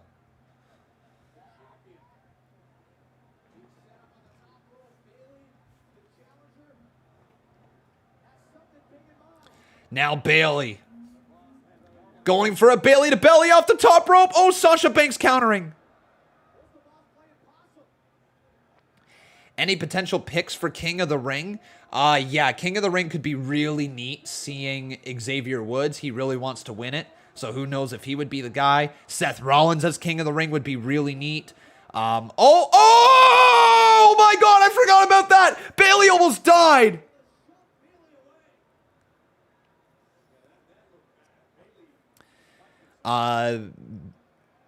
Everyone remembers Bayley losing to Bliss because she couldn't swing a cane and she never recovered. I'll let it go, though. I mean, that's your opinion, so you're more than welcome to still hold on to that opinion, right? I just personally don't agree with it, and I think Bayley recovered just fine. She had a hell of a run as the SmackDown Women's Champion, and she was the MVP of WWE for a good chunk of her run as SmackDown Women's Champion. I personally just don't agree with it, but that's okay, right? We're allowed difference of opinions.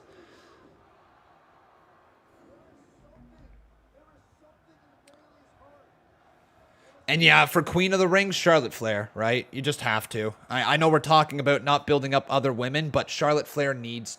At the same time, like, they don't need to, but the heel heat for her would be awesome. I guess they don't have to. Could be used as a platform to elevate somebody else, but the Queen being Charlotte Flair.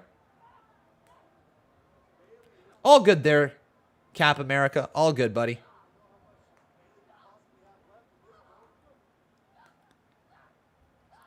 Back elbows.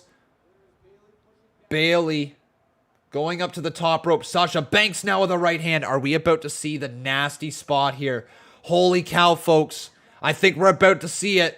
Kevin Langoff, if you're watching, you don't want to blink because, ladies and gentlemen, Bayley going up top.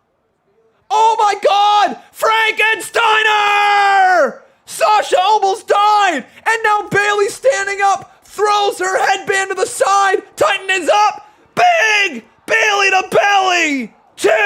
Bayley is the women's champion. What a match! Seriously, what a match!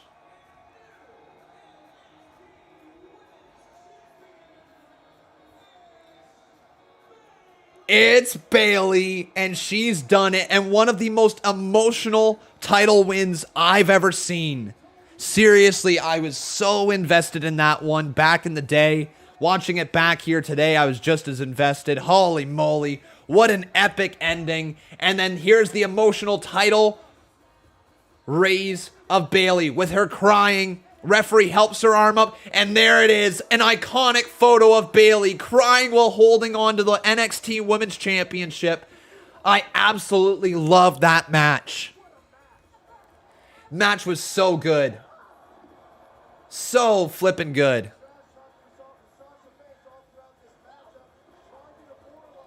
Remember, everyone, make sure you leave a like on this video. Also making sure you are subscribed to the channel. We're going to really try to bring this channel back to the heights of a year ago. Even a year and a half ago.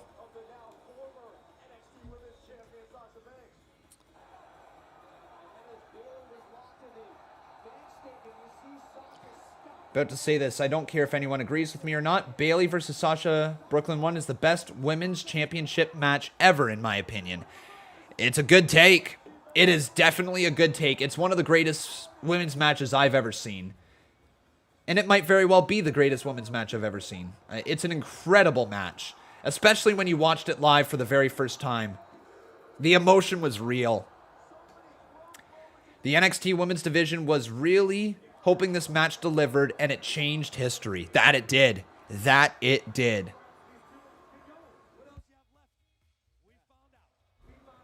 You like the second one for the Izzy spot alone? Yeah, that's a good one.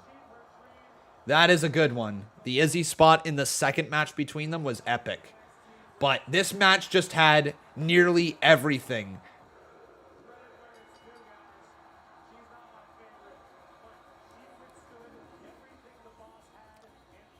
That's an iconic photo of Bayley.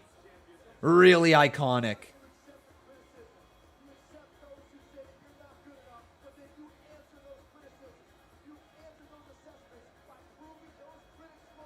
Man, I love that. I love her. It's just Bayley holding up that title. The emotion literally pouring out of her.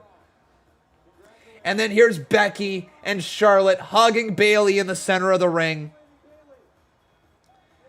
Is this where the four horsewomen raise the title together? I can't remember if that's at this point or not.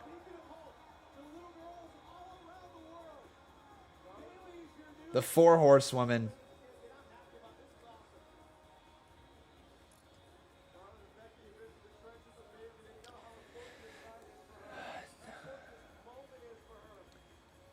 I think a lot of wrestling fans forget what heel heat is these days. There's a lot of I don't mean to be this guy, but there's a lot of comments that I'm reading these days that has a lot of people saying, this would suck if this happened. Would it? We're talking about Charlotte Flair winning Queen of the Ring. Would it really suck? Or is it just because it's something you don't want to see, you say it sucks? Right? And then Sasha and Bayley hug after the match. Charlotte and Becky are there, and we're about to get the four horsewoman spot. All four of them hugging before taking off to the main roster.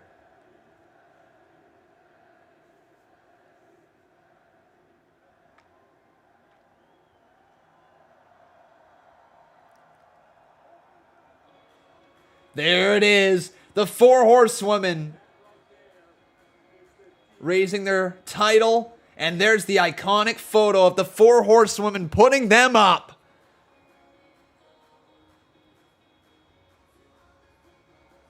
Iconic moment. Goosebumps, man. Knowing what's to come, knowing what these four would end up doing for the business. Seriously, look at the star power in this ring right now. Charlotte Flair, Bayley, Sasha Banks, Becky Lynch. It could be argued these are the four greatest women's superstars of all time. Like, it really could be argued. Trish Stratus, Lita, and Mickie James should be the only other three, and Chyna should be the only other four that get in that conversation. Mae Young. Five. Those five others. Like, if you talk, like, the five superstars that come to mind for top five, goodness me, aren't three or four, or even, like, goodness, man, they're excellent. It could be argued easily that these could be the top four superstars of all time. Women's superstars.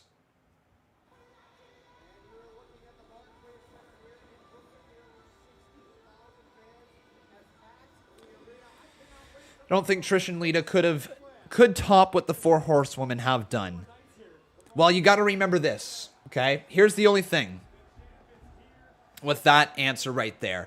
They might have been able to get on the same level. Lita and Trish Stratus, if you plug them in current day NXT, there's a possibility that they could rise up to those ranks as well. Like, you know, if their careers went through the same path that Charlotte Flair, Bayley, all them, right? Becky Lynch. If their careers went through the same path, Lita would probably stand out more. Trish Stratus, though, I think still had enough of everything to be able to be a draw. So that is a tough one. But also, remember, these two superstars, Trish Stratus and Lita, they broke through in a time where women's wrestling was just nothing. Like, it was nothing more than panties matches, bra and panties matches. Like, they broke through in a time that there was really not a lot going on for the women's division. So that reason is why they are some of the greatest of all time. It's also competition quality. Like, Beth Phoenix or Natty could be up there if they didn't spend most of their careers losing to the Divas. Fair point. Beth Phoenix is also a great talent. One of the best of all time as well. Beth, AJ, Paige, and the Bellas.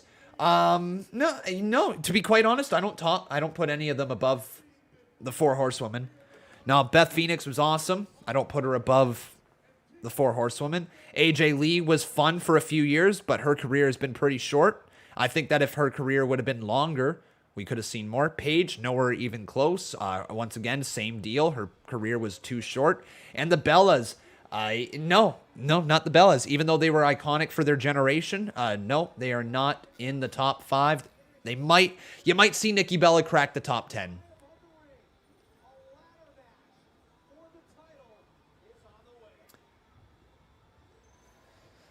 With women like Trish and Lita, women like Sasha and Bayley would never have had influence into getting into wrestling. Yeah, I mentioned Mickie James earlier as well. Right, this was Kevin Owens. Right, Kevin Owens. After he debuted on the main roster as well. After he took out Neville and Sami Zayn and all of his opponents. Man, Kevin Owens was really built up. But this is Demon Finn Balor.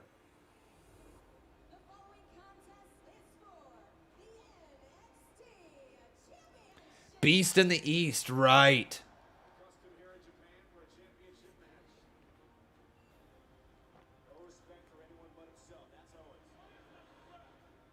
Kevin Owens saying, what is this crap?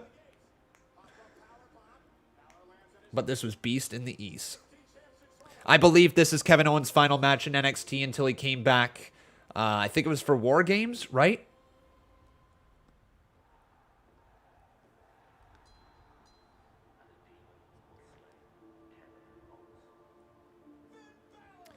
Hey, Conman, Bayley could have had a 500-day title reign if she didn't drop it to Charlotte Flair for 5 days in 2019. Is that true?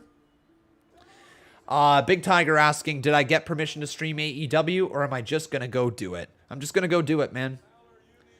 I'm tired of all this crap, all this garbage about streaming a reaction. Like, it's me with my face. It's me with my face. Like, that's not... You can't copyright my face. Like, you know what I mean? It's garbage. So, yeah, I'm going for it. You can't copyright my face. It's my content, my original content. Sure, I'm chatting about your show, but that's BS if you're going to block my stream. So, no, I think we're okay at this point. I think there's enough other live streamers that do it at this point that I'm just going to do it. I'm going to do it right, but I'm going to do it. We got Kevin Langoff over here dropping a 5-bomb. Thank you, my friend. And he says, this match got me back into wrestling. First NXT show I ever saw. You can understand why I love Sasha so much. Absolutely.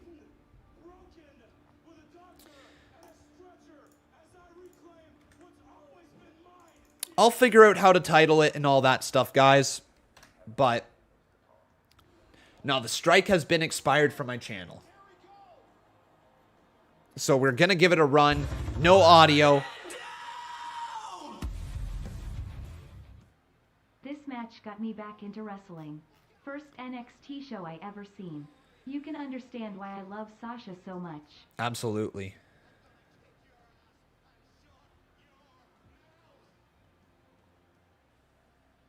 No, no audio. No audio. Like, what you guys are hearing right now for this stream is what we are going to have to do with AEW Dynamite and AEW Rampage and their pay-per-views and all that stuff.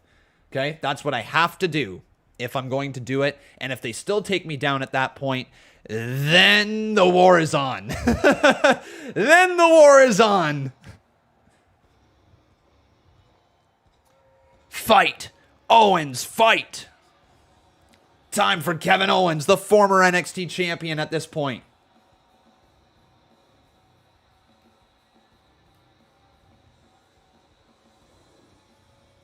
First NXT Takeover I watched was NXT Takeover Arrival.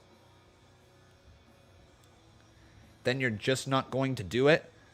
No, I mean there's a war at that point. I mean, I will be going through the proper legal ways if I can. Like, I'll be looking into lawyers, because at that point they're coming after my job.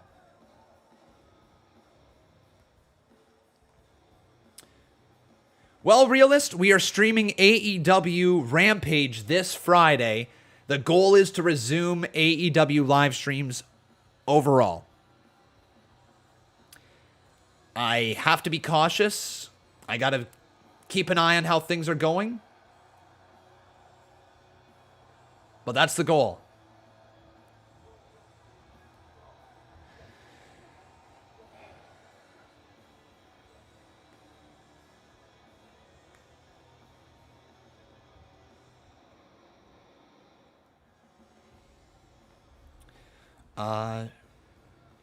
With how strict AEW has been, no audio is the right way to go. Smart move, Con. You know what? It really is the smart way to go. And as much as I like having the audio with my stuff, I understand that it's probably not the smart way to go about things long term either. We're probably going to have to eventually fade the audio out of my regular streams. But WWE still allows it. Like, that's the nice part about WWE. As long as it's not on the network, they still allow it.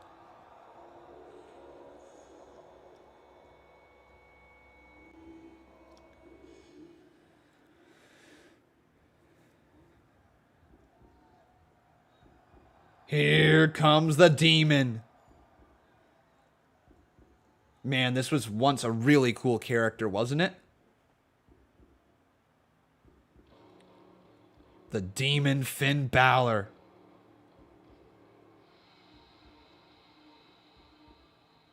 Ho ho ho.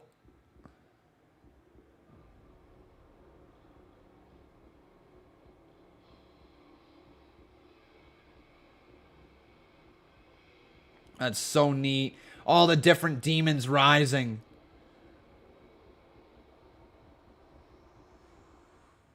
And then the main one. Balor rises. Wow. What a cool entrance. What a really neat entrance.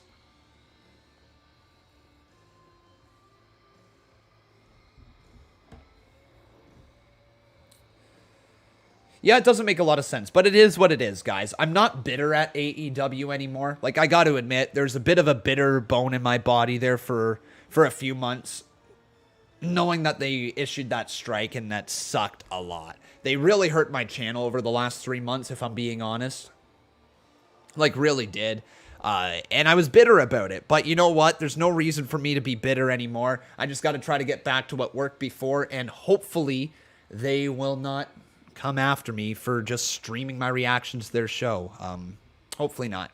But we are going to transition our conversation here to this match between Finn Balor and Kevin Owens. Oh my. The Demon Balor.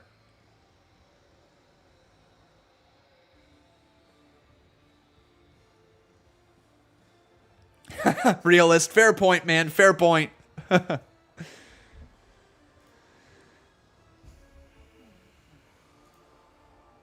But Kevin, man, I'm so glad we were able to live stream this for you, man. I know you've been asking for a long time. How's everything going as well? You back working in the coding job? Will I miss watching Candice wrestle now that she's announced she's expecting? Yes. Candice LeRae is awesome.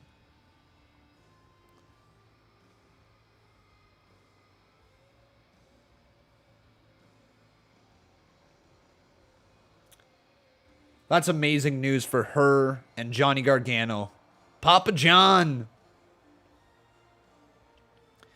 Could we do TakeOver Respect next? It had Sasha versus Bayley, the rematch. I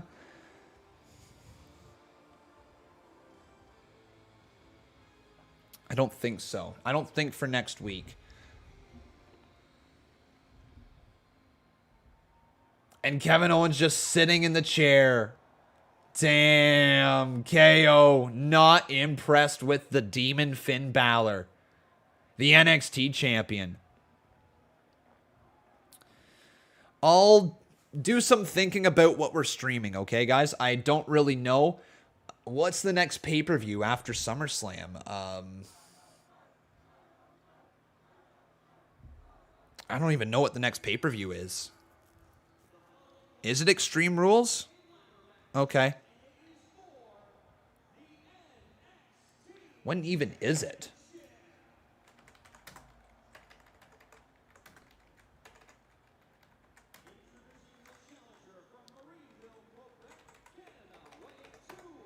So, WWE pay-per-view schedule. We have SummerSlam coming up, then NXT TakeOver 36. Okay, cool. So here we go, guys. We have the 26th of September for Extreme Rules 2021. Then we have an expected pay-per-view, Crown Jewel, as WWE goes back to Saudi Arabia. Looks like at 12 p.m. on October 21st. So when is October 21st? 12 p.m.? Okay, cool. October 21st. That takes place on a Thursday. Oh, yay! So that will coincide with the CMU. Fun. Android 10, how you doing, my man? Welcome to the channel. Then we have November 21st Survivor Series, which is a Sunday, correct? Yes. So, okay. Not terrible. September 26th is a Sunday. Dope. Yeah, they're going, or at least they're expected to go back to Saudi Arabia. And it looks like TLC has been confirmed for December 12th, 2021. Cool. And then AEW is September 5th, right? All Out is 5th. Yes, All Out is on the 5th. I think it would be awesome if you did an NXT UK takeover stream in the future, since you really don't watch it. Like, I feel that would be pretty cool, wouldn't it? It could be. Could be pretty neat. It's time management at the end of the day, right? At the end of the day, I gotta do proper time management, and I gotta find a way that if things aren't working, to make it work.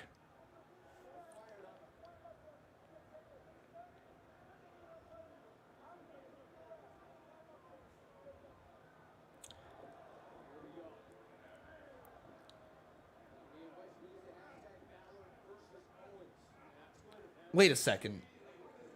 Am I misremembering something? This is just a regular match, right? This isn't a ladder match or anything. Like, I'm not... Oh, it is a ladder match. Holy cow! Wow, I totally blanked on that one. It is a ladder match. Okay. Completely forgot this was a ladder match. Dope. Big chop right there from Finn Balor to Kevin Owens. Now sends him across the ring. Follows up with a chop.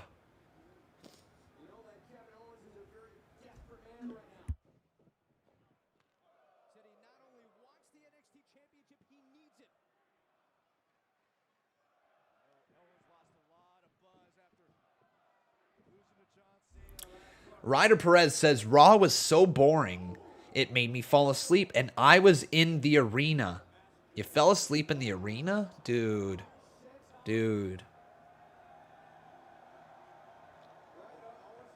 I've never even gotten close to falling asleep in an arena before. Not even close. Did I hear about WWE possibly having the Rumble in February in 2022? I have heard the rumors. I have heard it.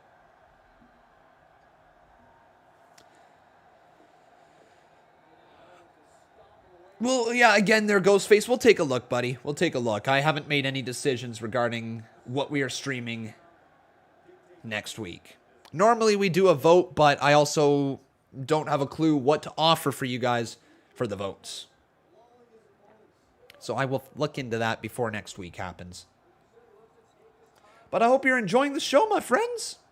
I hope you are. If you are, make sure you drop that like, okay? Kevin Owens going for some sort of package bomb here on Finn Balor. Double leg takedown and a double stomp to the chest. That's ridiculous, realist. Are you serious?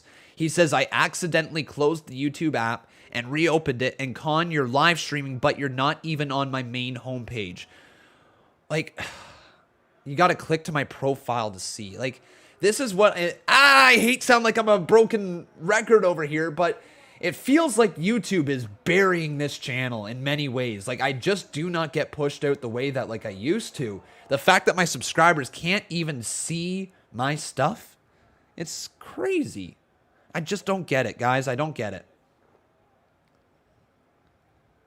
It's making it really difficult being a YouTuber. But Balor is down, and Kevin Owens looks up at the NXT Championship. Do you guys prefer the old NXT Championship design or the new one? No, Realist, I appreciate you making me aware. You didn't kill the vibe. I just straight up, like, I'm so tired of that happening. I'm so tired of people coming in and telling me that that's how it is.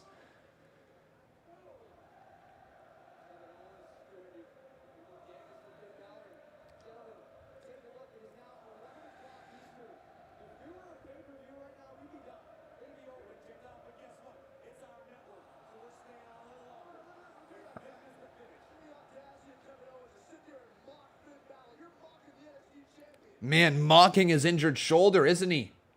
Oh, Sling Blade delivered from Balor to Owens. Con, last night for Raw, when it went to my sub box, it didn't even have your Raw stream up, and I low-key thought you weren't streaming. I had to click on your profile as well. So that makes sense why the views were lower last night. It's been doing... I'm so tired. I'm so tired of YouTube. So tired of this YouTube notification system and this YouTube sub box and this YouTube homepage. Garbage not working. Not trying to sound like a Debbie Downer. Let's get back to the match because Finn Balor has now got the ladder in hand. Balor points towards the NXT title, but Kevin Owens getting back up to his feet. Balor dragging the ladder, and now Owens grabs the other side of it. Owens, oh no, gonna use it as a weapon, driving Balor right into the LED screen. And now again as a weapon to the midsection. Good Lord. Owens again. Well, that's good, Trey Lucado. At least you do. Owens now backing all the way up, running up. Oh, just sidesteps the ladder and punches him in the face. That is classic Kevin Owens. And then a kick right to the midsection. Down goes Balor. It's possible Ghostface, but if that is the case, it should have expired from my channel within the last month, right? Like, that shouldn't be the reason viewers are lower than when I had the strike. Do you understand what I mean?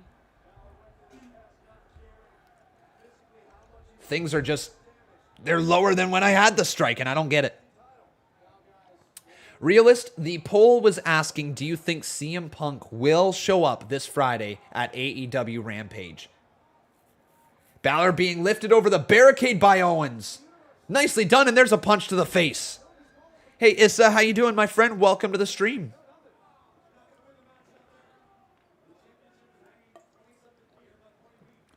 Finn Balor just sent right back into the barricade, and this is on the other side where there's no padding. Owens. Kevin, don't do it. Oh my God, he's going for the powerbomb on the barricade. But I think Finn Balor just countered that into a back body drop.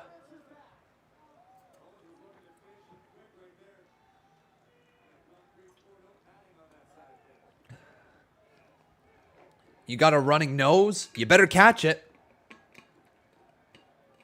Balor now off the turnbuckle, not even the turnbuckle, the barricade, caught by Owens and driven into the barricade again and sent over the announce table. Oh my God, he hit hard.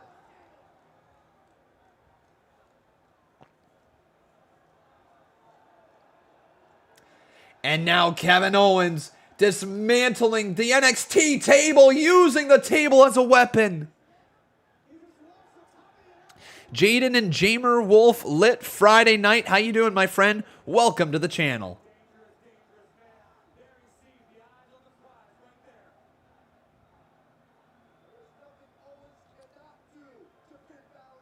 How much time is left? I want to check out some ROH when this is done. We are closing in the final 17 minutes, it seems. Yeah, it looks like we got just over 15 minutes left.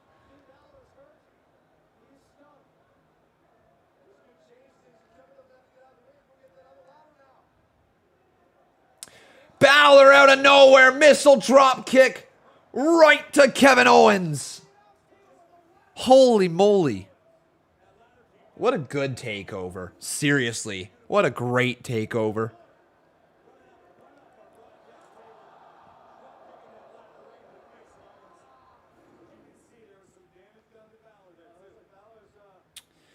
But again, my friends, if you are truly enjoying the show, you can always drop a like on it and making sure you're subscribed, turning on all your notifications so you never miss a video from yours truly. You should also follow us on our Discord server. That way you get notifications through that. Because unlike YouTube, it will actually send it out. So make sure you check that out, okay, everyone? And also, if you really wanted to, you could always drop a super chat donation. Oh, up and over! Balor takes out Owens! God, he was so good. Still is. Still is great. But has definitely toned down his high-risk maneuvers over the last few years.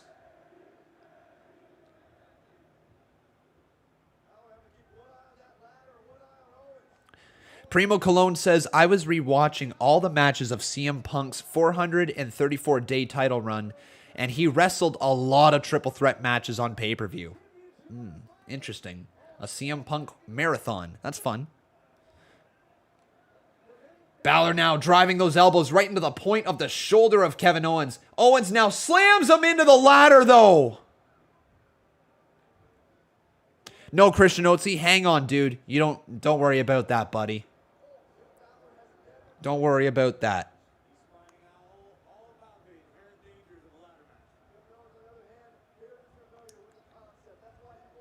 Now Owens, I think, is going to look to ascend to the top of the ladder. But Balor's going to bring another ladder back in. What was your guys' first pay-per-view that you went to? I'm curious. Let's get a chat going here. What was your very first pay-per-view that you went to, if you have been to one?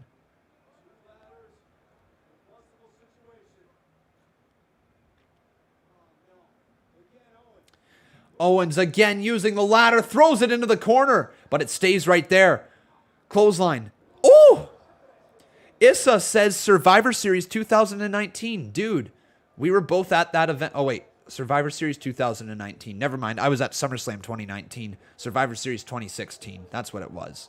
Clash of Champions 2019. WrestleMania. Never been to a pay-per-view. Survivor Series 2013. The Shield debut. That's cool. Samuel Vlogs went to a Dynamite. Dope. Yeah, the two pay-per-views that I've been at was Survivor Series 2016 and SummerSlam 2019. Owens again using the ladder as a weapon.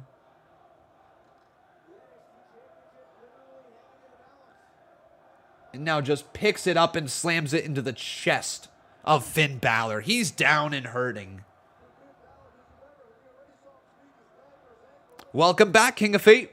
The Gladiator King of Fate. Interesting. Oh, Balor just slammed on the ladder. That's gotta hurt. Owens now a senton on top of it. Ouch. Ouch, ouch, ouch.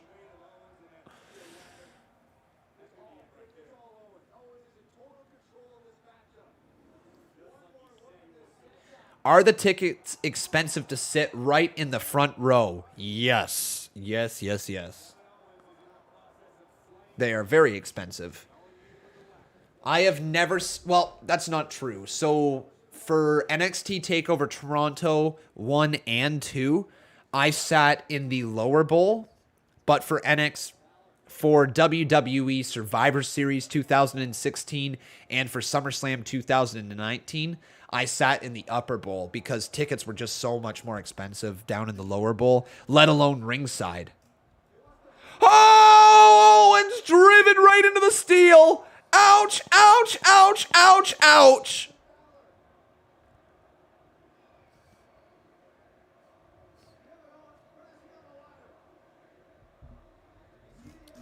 Cap says, I was there when the Shield debuted, broke up, and reunited. All were Indianapolis. Really? Wow, so they really made Indianapolis the Shield home, didn't they? AEW shows are something different. It's so fun. Justin Roberts interacts with fans so well, and Tony comes out at least like 5 times and talks to us. It's such a great experience. I encourage you go. Someday I probably will. Someday I probably will. That sounds like a lot of fun, right? Kevin Owens. Oh my God. Cannonball right into the ladder. Man. Throws his body on the line. And now Balor lining it up. A missile dropkick over the ladder. And Balor ascending up to the other side. No, I've never been to a Raw and I've never been to a SmackDown. Just pay-per-views and takeovers. Balor, coup de grace!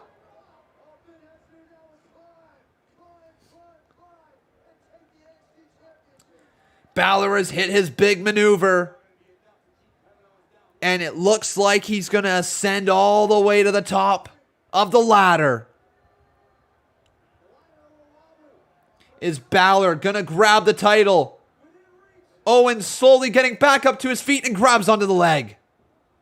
Balor booting him away. Trying to go for, oh my God, Owens pop-up powerbomb!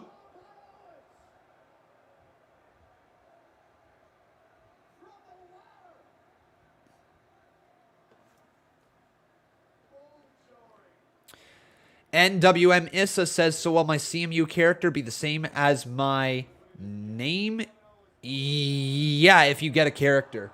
As of right now, you do not have a character, but if you win the draw, you might very well get one someday. Thank you for being a member, by the way, dude. I appreciate it.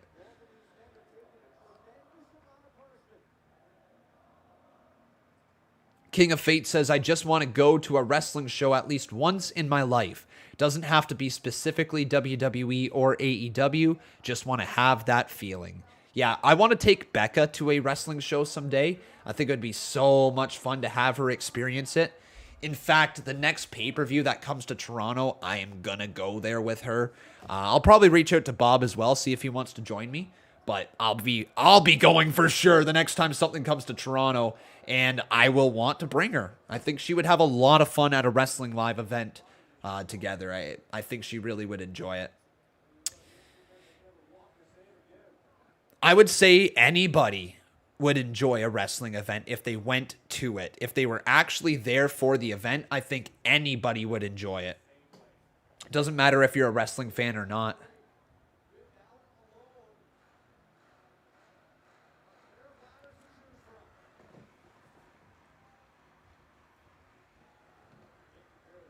When I went to the events, did I take custom-made signs with you? No, I didn't, Realist. No, I just did the event. Pop-up powerbomb! Oh, Balor! Nicely done. Balor lands on his feet, and there's a kick right to the face of Owens, and he's down. Balor now off the side, ready to give her a big old coup de grace, but he misses that one. Owens moved out of the way, boot to the midsection. Owens for the second time, pop-up power bomb right on the side of the ring. Owens is down as well.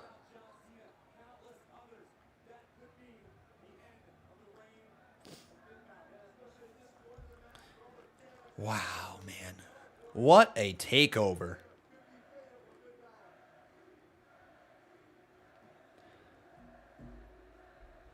I'd probably never go to a Raw anytime soon. If I wanted to see a live action lullaby, I'd go to a children's play. Wow, solid shot there, buddy.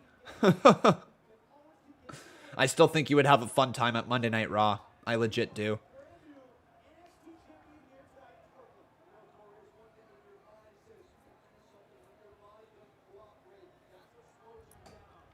Gary Newman says he doesn't think CM Punk will show this Friday. It's no fun if everyone knows you're coming. Fair enough. What year was NXT's hottest year? The run of Finn Balor and the run of Bayley as NXT champion. And Bayley with her long run as the NXT Women's Champion and Finn Balor with his long run as NXT Champion. That's the golden era of NXT in my opinion.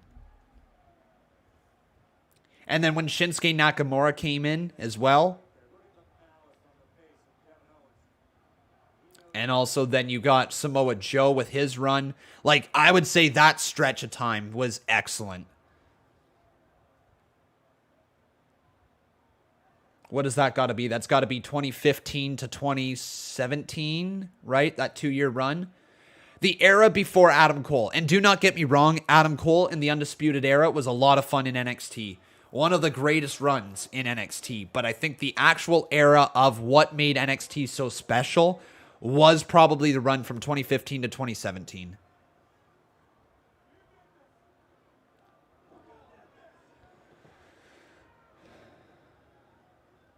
Yeah, also Bobby Roode, yeah.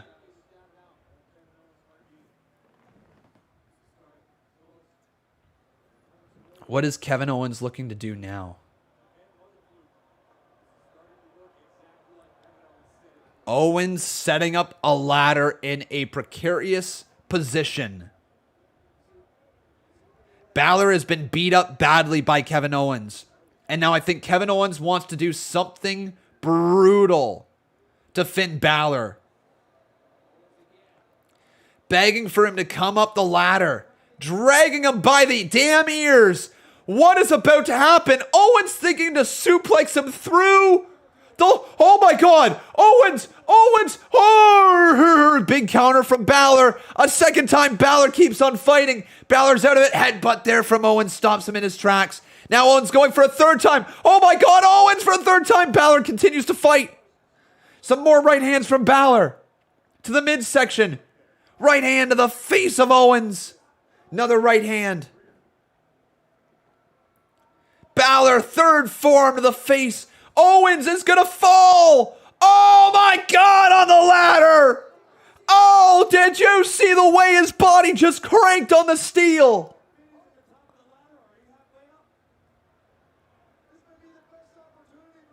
Balor looks back. Is the NXT Championship within reach? Balor. Oh, he's so close. Balor trying desperately to get to the NXT title. Owens playing mad defense. Owens, though, booted in the face and down he goes. Balor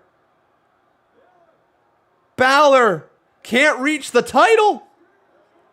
Balor thinking coup de grace off the top.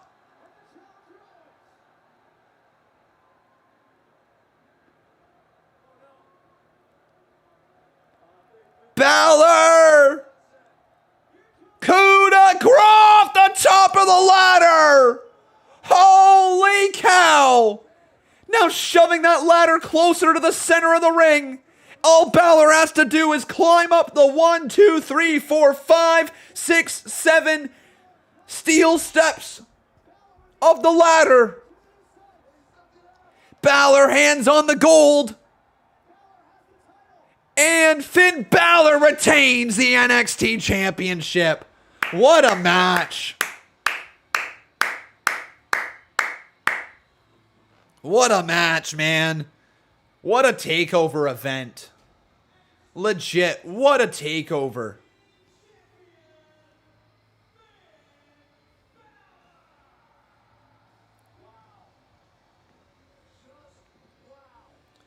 Too sweet. Frig, man, that was awesome. Make sure you guys leave a like on this video before the stream is over, okay? Drop that like. I hope you have enjoyed these live streams. I hope you have enjoyed what we continue to do on this channel. Ladies and gentlemen, there's lots of changes coming pretty soon to this channel. I'm excited for the future, and I hope you will be ready to join me for the next journey that we will undergo here on this channel, because I'm very excited for what's to come. I really am. You are going to see lots of changes over the coming months. For the better. For the better. Man, what an event. What an event.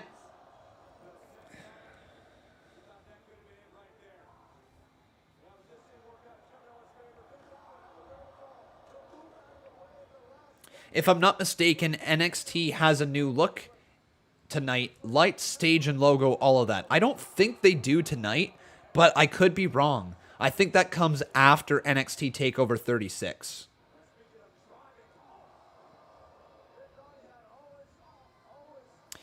Is that it for today? No, man. We still got NXT later tonight. Still have NXT tonight at 8 p.m. Eastern Standard Time. It's a Tuesday. Not a Wednesday.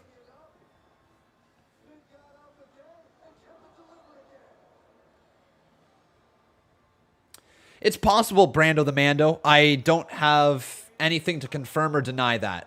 I felt like it was coming after NXT TakeOver 36 because that's when they go back to the tapings. But, hey.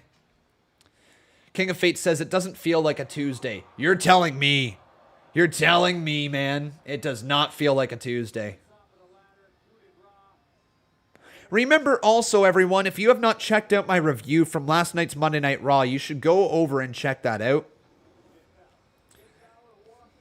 I uploaded it late last night. It will be the last time that I upload a video that late at night. They will now be in the mornings.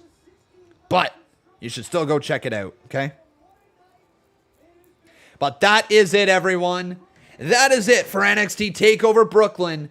I hope you enjoyed watching along with me today. Kevin, we finally got to this show. NXT was awesome back in 2015, and hopefully the current brand will step their game up soon. My friends, that was a lot of fun. Thank you so much for watching. Before you leave, drop that like. Make sure you're subscribed. We are going to be back tonight at 8 p.m. Eastern Standard Time with another edition of NXT. So that is going down. The go-home show before NXT TakeOver 36 is tonight. I look forward to seeing you all back in here very shortly. But that is it for me right now. Take care, everybody. Have yourself a wonderful rest of your day. We'll see you shortly. I've been Khan, and that was NXT TakeOver Brooklyn 1.